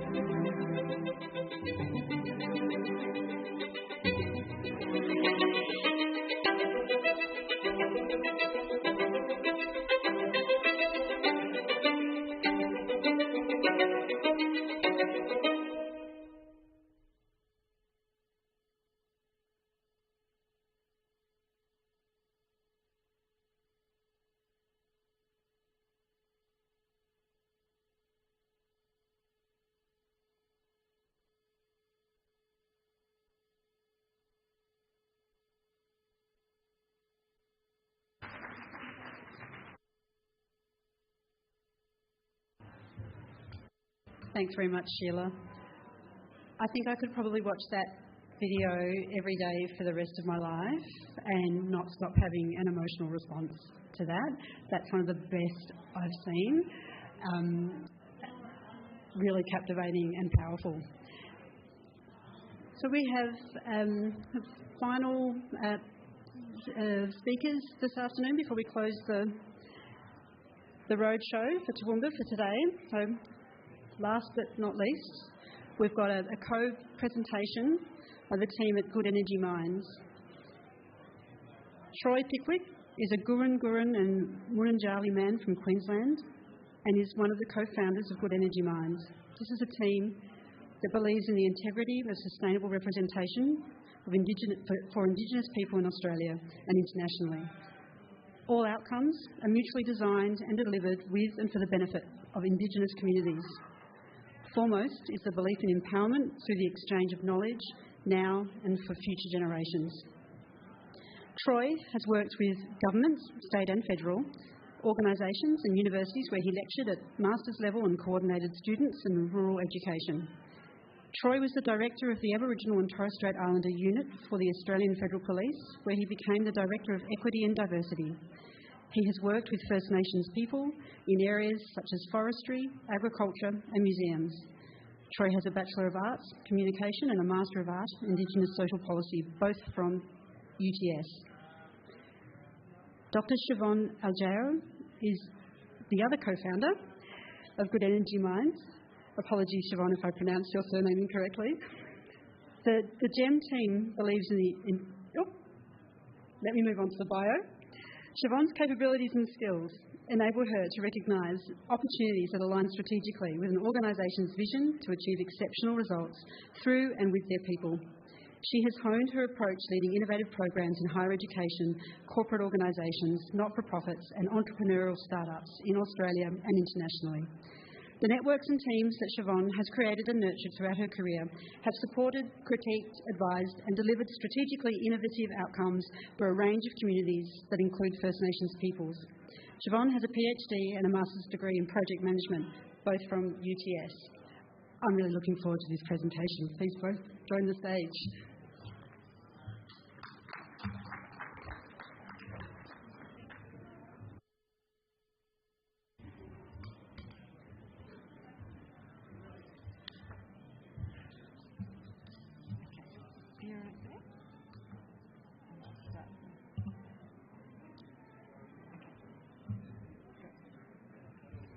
Hello and thank you for providing our company, Good Energy Mines, the opportunity to speak today. Our team at Good Energy Mines value input from all parties and stakeholders. Before I proceed, I wish to acknowledge the Aboriginal and Torres Strait Islander people, past, present and emerging.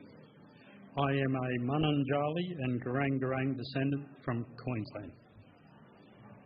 Earlier this year, the leading practice principles First Nations and Renewable Energy Project guide was launched as a joint report developed by the Clean Energy Council, co-organisers of this event with Net Zero Australia and KPMG and co-designed with First Nations people. It was an excellent report, very well thought out, and there was a lot of time and resources put into it, so a large part of this presentation, titled An Insight Only, is to talk through the report as it will help companies work with Aboriginal and Torres Strait Islander people now and well into the future. Throughout this presentation, there will be a few quotes from different stakeholders. Then my partner, Siobhan and I, will present a broad outline of the 10 leading practice principles before winding our presentation up with our company Good Energy Mines, or GEM, fits into all of this new changing environment. It's our insight only. Hence,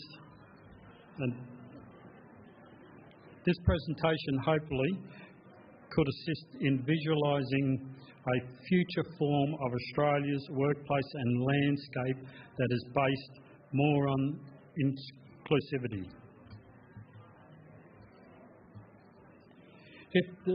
A quote from the Clean Energy Council, Kane Thornton, if the transition is clean energy is to be a just transition, the industry needs to build meaningful, mutually beneficial relationships with the traditional owners of this land, on which many renewable energy infrastructure buildings will be built.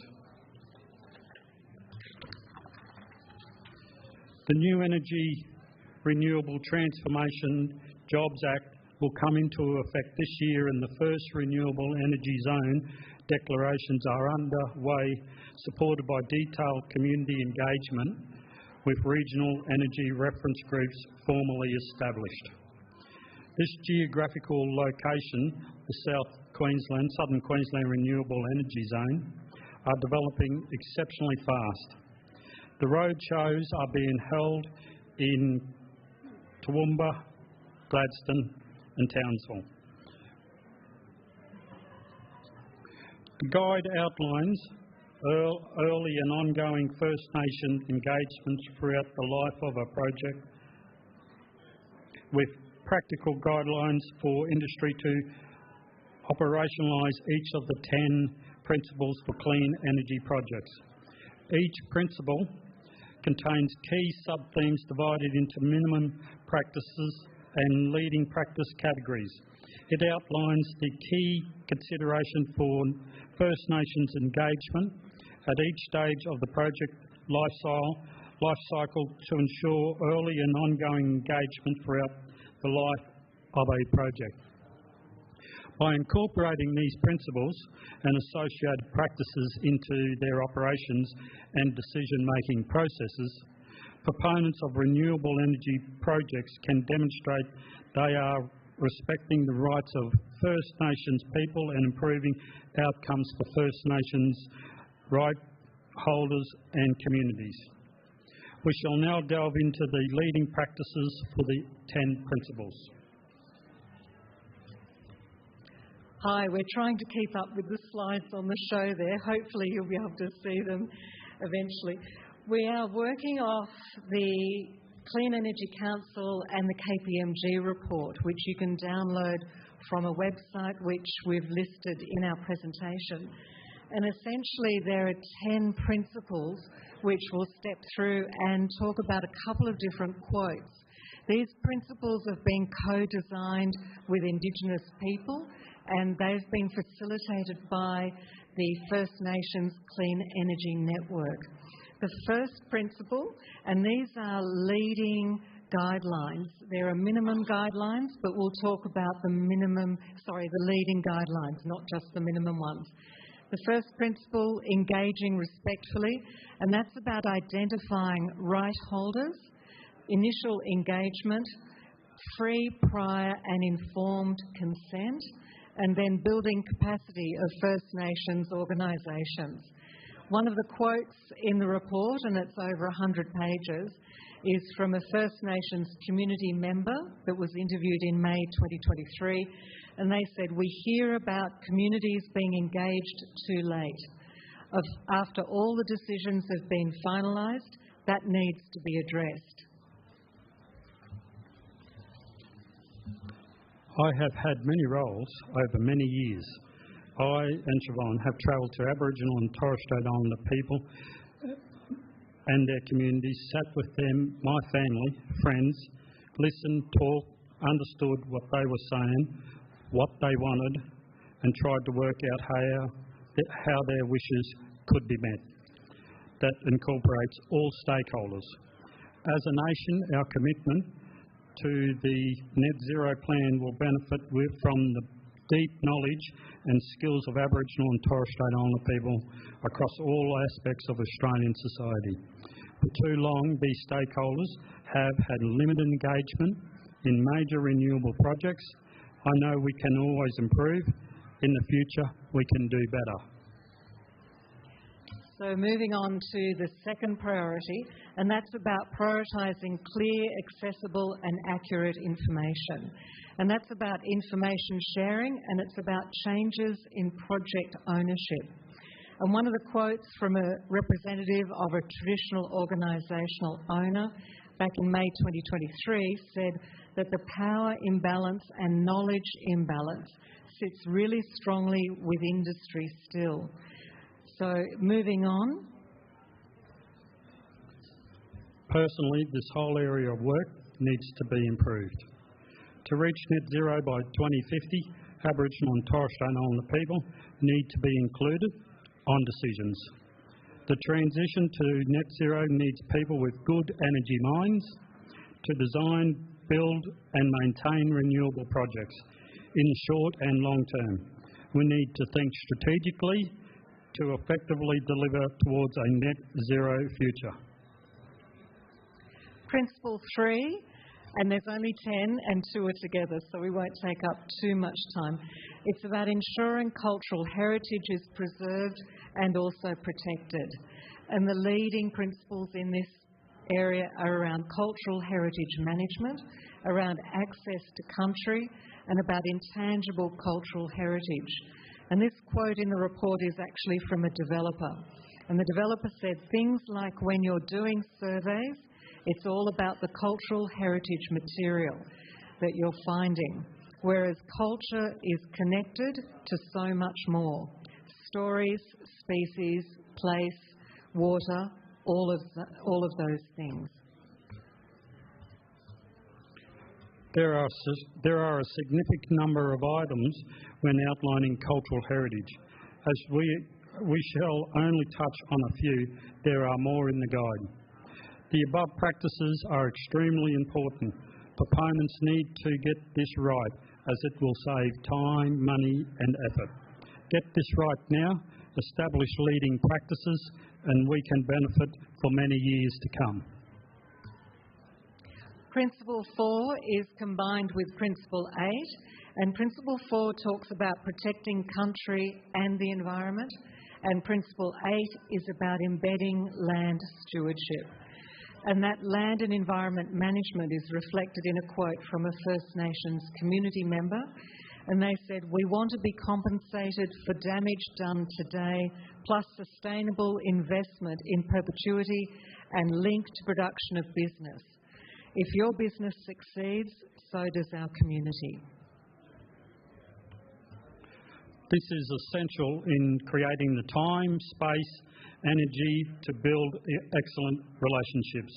The relationships you build early will last, not only for the duration of the build, but well after, into the operation and maintenance of the project. This will assist ongoing developments for the community. Principle 5 is about being a good neighbour. And there's no quotes here that we thought aligned appropriately to what we're talking about.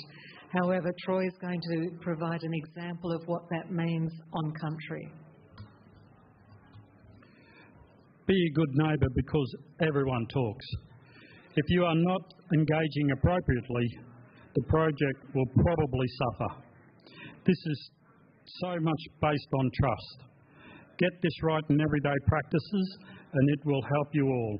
Stakeholders around timelines, negotiations, respect, planning and more. Principle 6 is about ensuring economic benefits are shared. And if we're looking at this, we identify lead practices around employment, procurement and co-ownership and equity. The quote in this area from a developer states around creating real partnerships, providing capacity for First Nations businesses. We know the statistics around First Nations businesses employing First Nations peoples, making sure whatever the community's desires are, they are included and considered. This should be a minimum, although there needs to be a serious consideration around shareholders, not stakeholders. Constructive inclusivity will benefit in the long term. Principle 7 is around providing social benefits for the community. And these two areas also include energy security. Historically, this has not worked. In the future, we all have an outstanding opportunity to ensure that this works well. There can be benefits. Inclusivity will not only with the project, but with people. Principle 9, only 2 to go, is ensuring cultural competency. That's about training, it's about senior buy-in and cultural shift within the business. It's also about the reconciliation action plans. And an interview with an industry professional stated that one of the messages for industry is there's a lot of internal work to do. There's a big internal piece. It's not just community engagement, it's a cultural journey and a different way to look at things. In many ways, there needs to be serious consideration around genuine, new and innovative practices. In today's world, working well together will be rewarding. The final principle, number 10, is about implement, monitor and report back. It's about transparency and accountability. So go and sit with aunties, uncles, community leaders. Bring people along. Aboriginal and Torres Strait Islander people are brilliant people.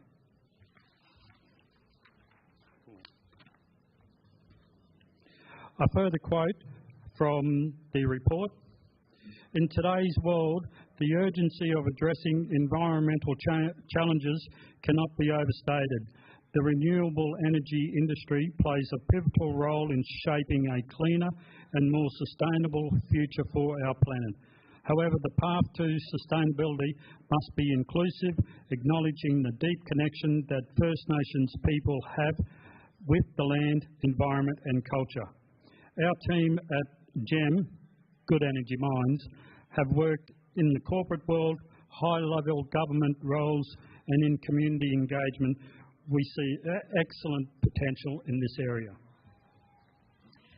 So thank you for your time. I think we've only got about 1 or 2 minutes left. We wanted to acknowledge and recognise the hard work that the Careers for Net Zero team have undertaken, supported by the Queensland Government and sponsored by the Clean Energy Council. We need to engage and report back to all of our businesses and our communities, and particularly around the work that we're doing with our First Nations communities. There's so much to do now and into the future, and if we all put our minds together, we'll be able to achieve wonderful, brilliant outcomes. Thank you. Thank you.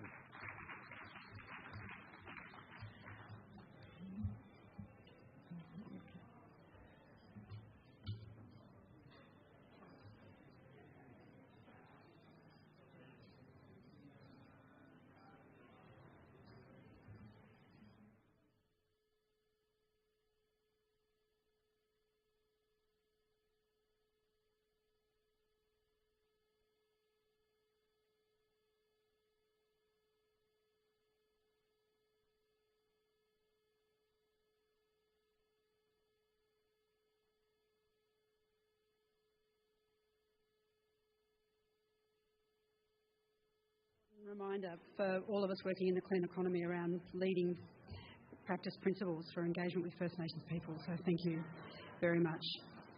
So this is the end. I think there's a song in that, but I might also be revealing my age, so maybe I shouldn't have said that. On behalf of the Clean Energy Council and our Careers for Net Zero partners, the Energy Efficiency Council, it's my absolute pleasure to wrap up our Toowoomba Careers for Net Zero Roadshow. It's been a fabulous day. I hope you got a chance to visit and chat to as many of our partners and exhibitors as possible. I think a couple of reflections or things that I've really loved. I've loved hearing things like, I didn't realise LinkedIn was so important and now I'm on LinkedIn. And seeing people with VR headsets on, moving their heads around, and people standing up and taking photos of screenshots. It's just fabulous. It's those small moments and they can have a big impact. So well done to all of you who've taken time out of your day to come here and learn more about job and career opportunities in the clean economy. I would like to say a big, massive thank you to the Queensland Government, our government partner and proud supporter of the Careers for Net Zero Queensland Roadshow. Without them, this would not have been possible. And thank you to our host partner, the University of Southern Queensland, and lanyard partner, CPB Contractors. From all our session partners, Busy at Work, Energy Queensland, GHD, Good Energy Mines, Volvo Group Australia, WinLab. As I said earlier, I feel like I want to work for all of them now. And our champions, a very special thank you for sharing your knowledge and for making this event so engaging. Thanks also to our media partners, Eco-Generation, Green Review, IQ Industry Queensland, as well as all our exhibitors for their support. Thanks to the Clean Energy Council project team for putting together an excellent event and for their dedication to helping so many others get a head start on their career in the clean economy. And thanks to all the attendees who've come through the door. We've had over 200 people today. That's fantastic. So please keep in touch. We've got a website, careersfornetzero.org.au. Connect with us on social media. We've got a couple more roadshows in Queensland to come. So this Friday we'll be in Gladstone. Next Wednesday we'll be in Townsville.